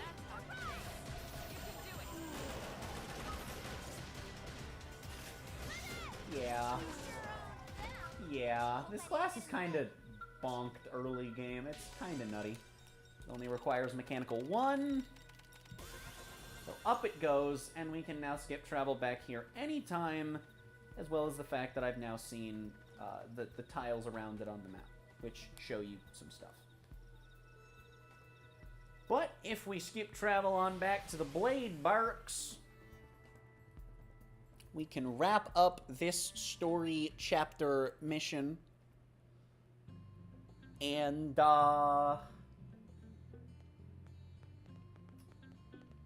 after that, I think we'll wrap up stream. Damn, losing Nelson's team is a real blow. But the fact we're not the only visitors on this rock is even worse. They made it clear they want all humans dead. For all we know, they may be related to the forces that destroyed Earth and followed us here. Wonderful. I'll report this to Secretary Nagi. See if we can't bolster our defenses. Just one last thing. What the bloody hell is this dancing turnip doing here? He's actually a potato. Tatsu, not turnip or potato. For last time, Tatsu is not food. Now, on behalf of Planet Mira, Tatsu welcome all Earth people and offer a friendly treaty of friendship. Yeah, right. Anyway, we were thinking he could be a good source of general intel about the planet. Exactly how useful that'll be remains to be seen. Oh, don't you worry about a thing. Friend's totally safe now that Tatsu is in town. Tatsu watch over and protect friends, especially weak, pathetic Lindley with her thin, bony wings. You mean my arms? Look who's talking. And who said anything about you coming with us? You can stay here, you greedy, annoying little cabbage. I'm sure there's a salad here that could use you. Meh? Tatsu stay here? Friends would leave Tatsu behind? It's for the best. You said yourself your people are endangered, and the Xenos that captured you might still be out there. You'll be safest here in the city. Agreed. Tatsu not agreed?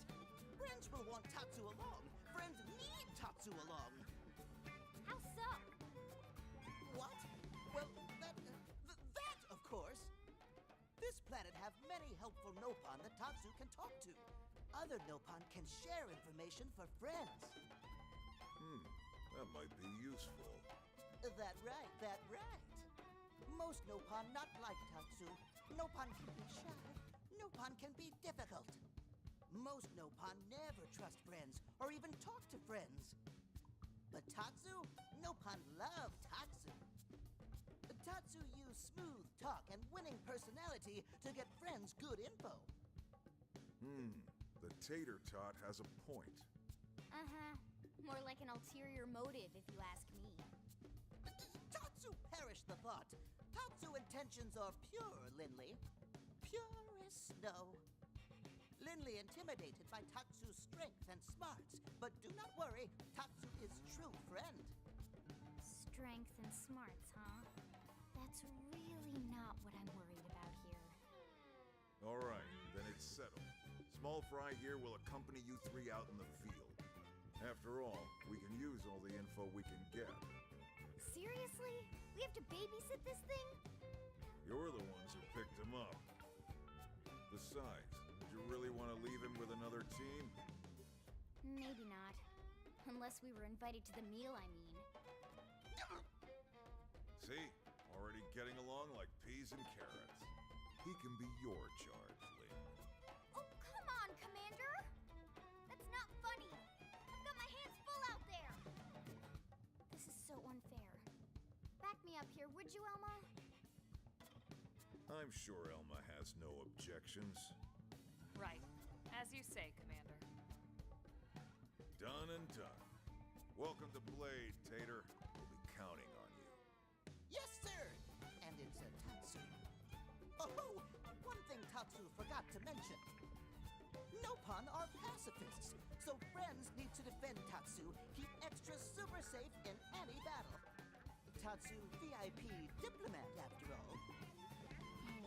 Why am I not surprised? So much for him watching over and protecting us.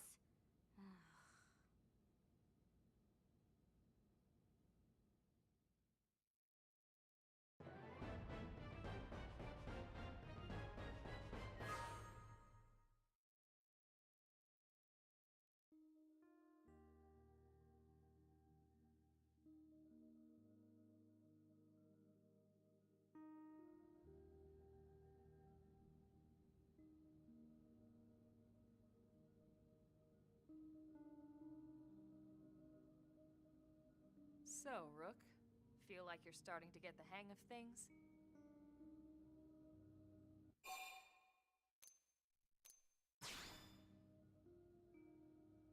Of course you are. You've taken to it like a fish to water, just like Elma and the commander said you would. Just the same, let's review the key points, and I can fill in some extra details. Blade's top priority right now is to secure missing pieces of the Lifehold. You remember that much. Countless people are frozen in the Lifehold. It's the key to restoring humanity. Up until we ran into the Prone, our biggest concern was that wild indigents would stumble on the Lifehold and damage it somehow. But now there's a more pressing threat. Intelligent alien races who are intentionally trying to destroy us. So, our search has new urgency. We need to find and retrieve all of the Lifehold ASAP. And the best way to do that is by expanding the reach of Frontier Nav. The more probes we can install, the wider we can scan, and the faster we can find bits of the Lifehold. So our primary focus going forward should be to travel around Mira installing data probes. As many as we can, as fast as we can. I can't stress enough how important this is. You still with me?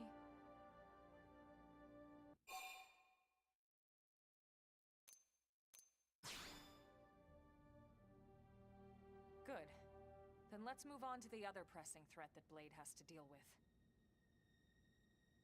Hostile indigens. There's no real delicate way to put this. Any wildlife that poses a clear threat must be eliminated. The Lifehold is our future, but we can't ignore the present.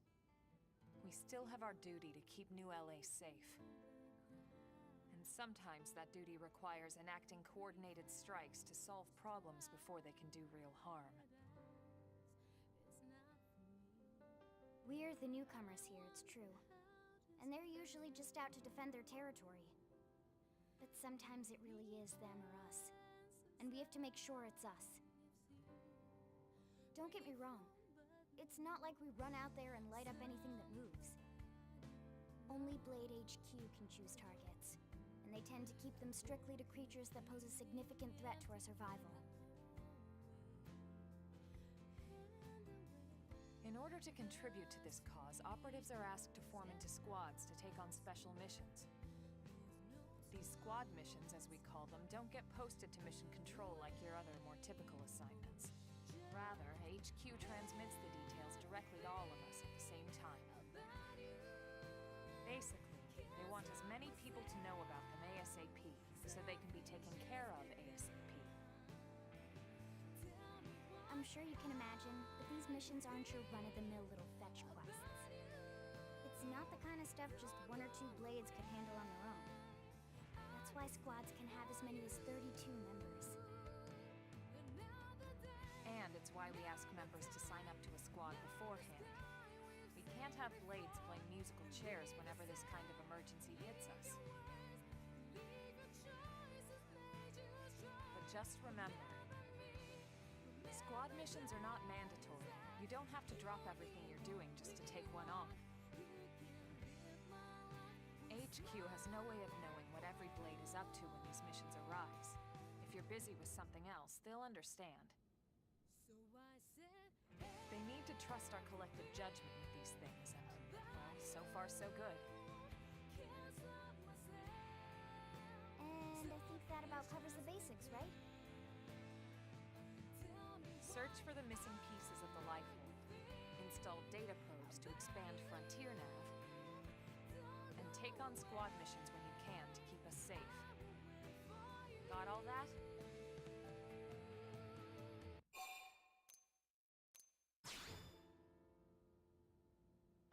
Good. We're counting on you. And briefing adjourned. Thank God.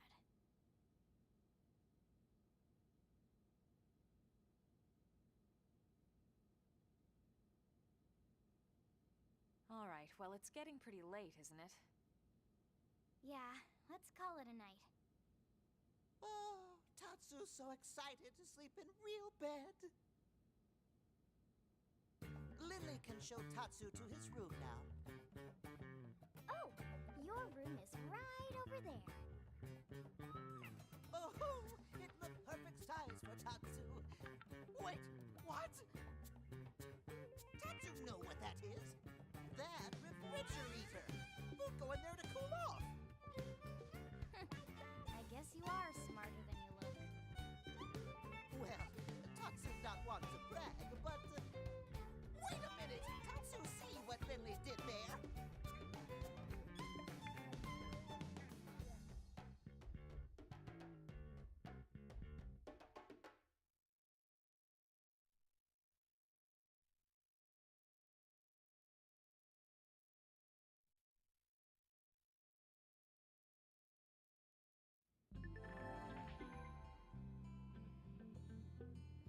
Alright, well, we have officially gained access to, pretty much everything, barring skills. Here's where you're supposed to learn about classes, but I already reached 10 with mine, so, you know.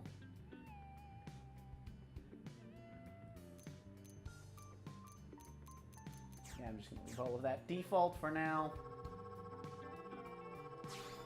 This doesn't matter because I'm about to end stream and close the game anyway. But we now also have the ability to have a handful of characters join the party. Lynn and Elma are not required in your party for everything, just story stuff and some affinity missions. So, you know, we'll get to those. But we can also have Irina, Gwyn, and Doug all join our party. So that's pretty heckin' cool. Like I said before, you can have up to 4 people in your party at a time. And, yeah, I think this is going to be a great place to wrap up. Also, I apologize to Oak for accidentally timing you out. I was moving my phone. I have very shaky hands, and, your name must have been right in the same spot as the timeout button was when I must have bumped it twice without noticing, and that's my bad. But anyway, we're gonna wrap right on up for today with Xenoblade X. So we're gonna be doing this second Friday of every month until Xenoblade 3 comes out, as well as potentially doing it on the 4th or 5th if I feel like it. X might be the one that I end up doing that with most. We'll see. But I think next week we're going to kind of be focusing on background stuff, if there are any affinity missions that I can do, and if not, we'll be focusing very much on the foreground, on advancing the story. So we'll see which one we're able to do. So let's see who else is live, and if we can head out on a raid. Yay! People are live! We did it, gamers. We ended stream while someone else was existing. Wacky. Alright. I have options. There are options, but we're gonna go with this one. Because why not, right? Never mind. I just got a notification. We're raiding B-Teen with the hashtag ThunkRaid. So be sure to head on over to his stream with that hashtag. Drop a like. YouTube, what the hell? I'm clicking on the text box and it's not letting me paste. There we go. And I will see you all in whatever the hell you watch of mine next.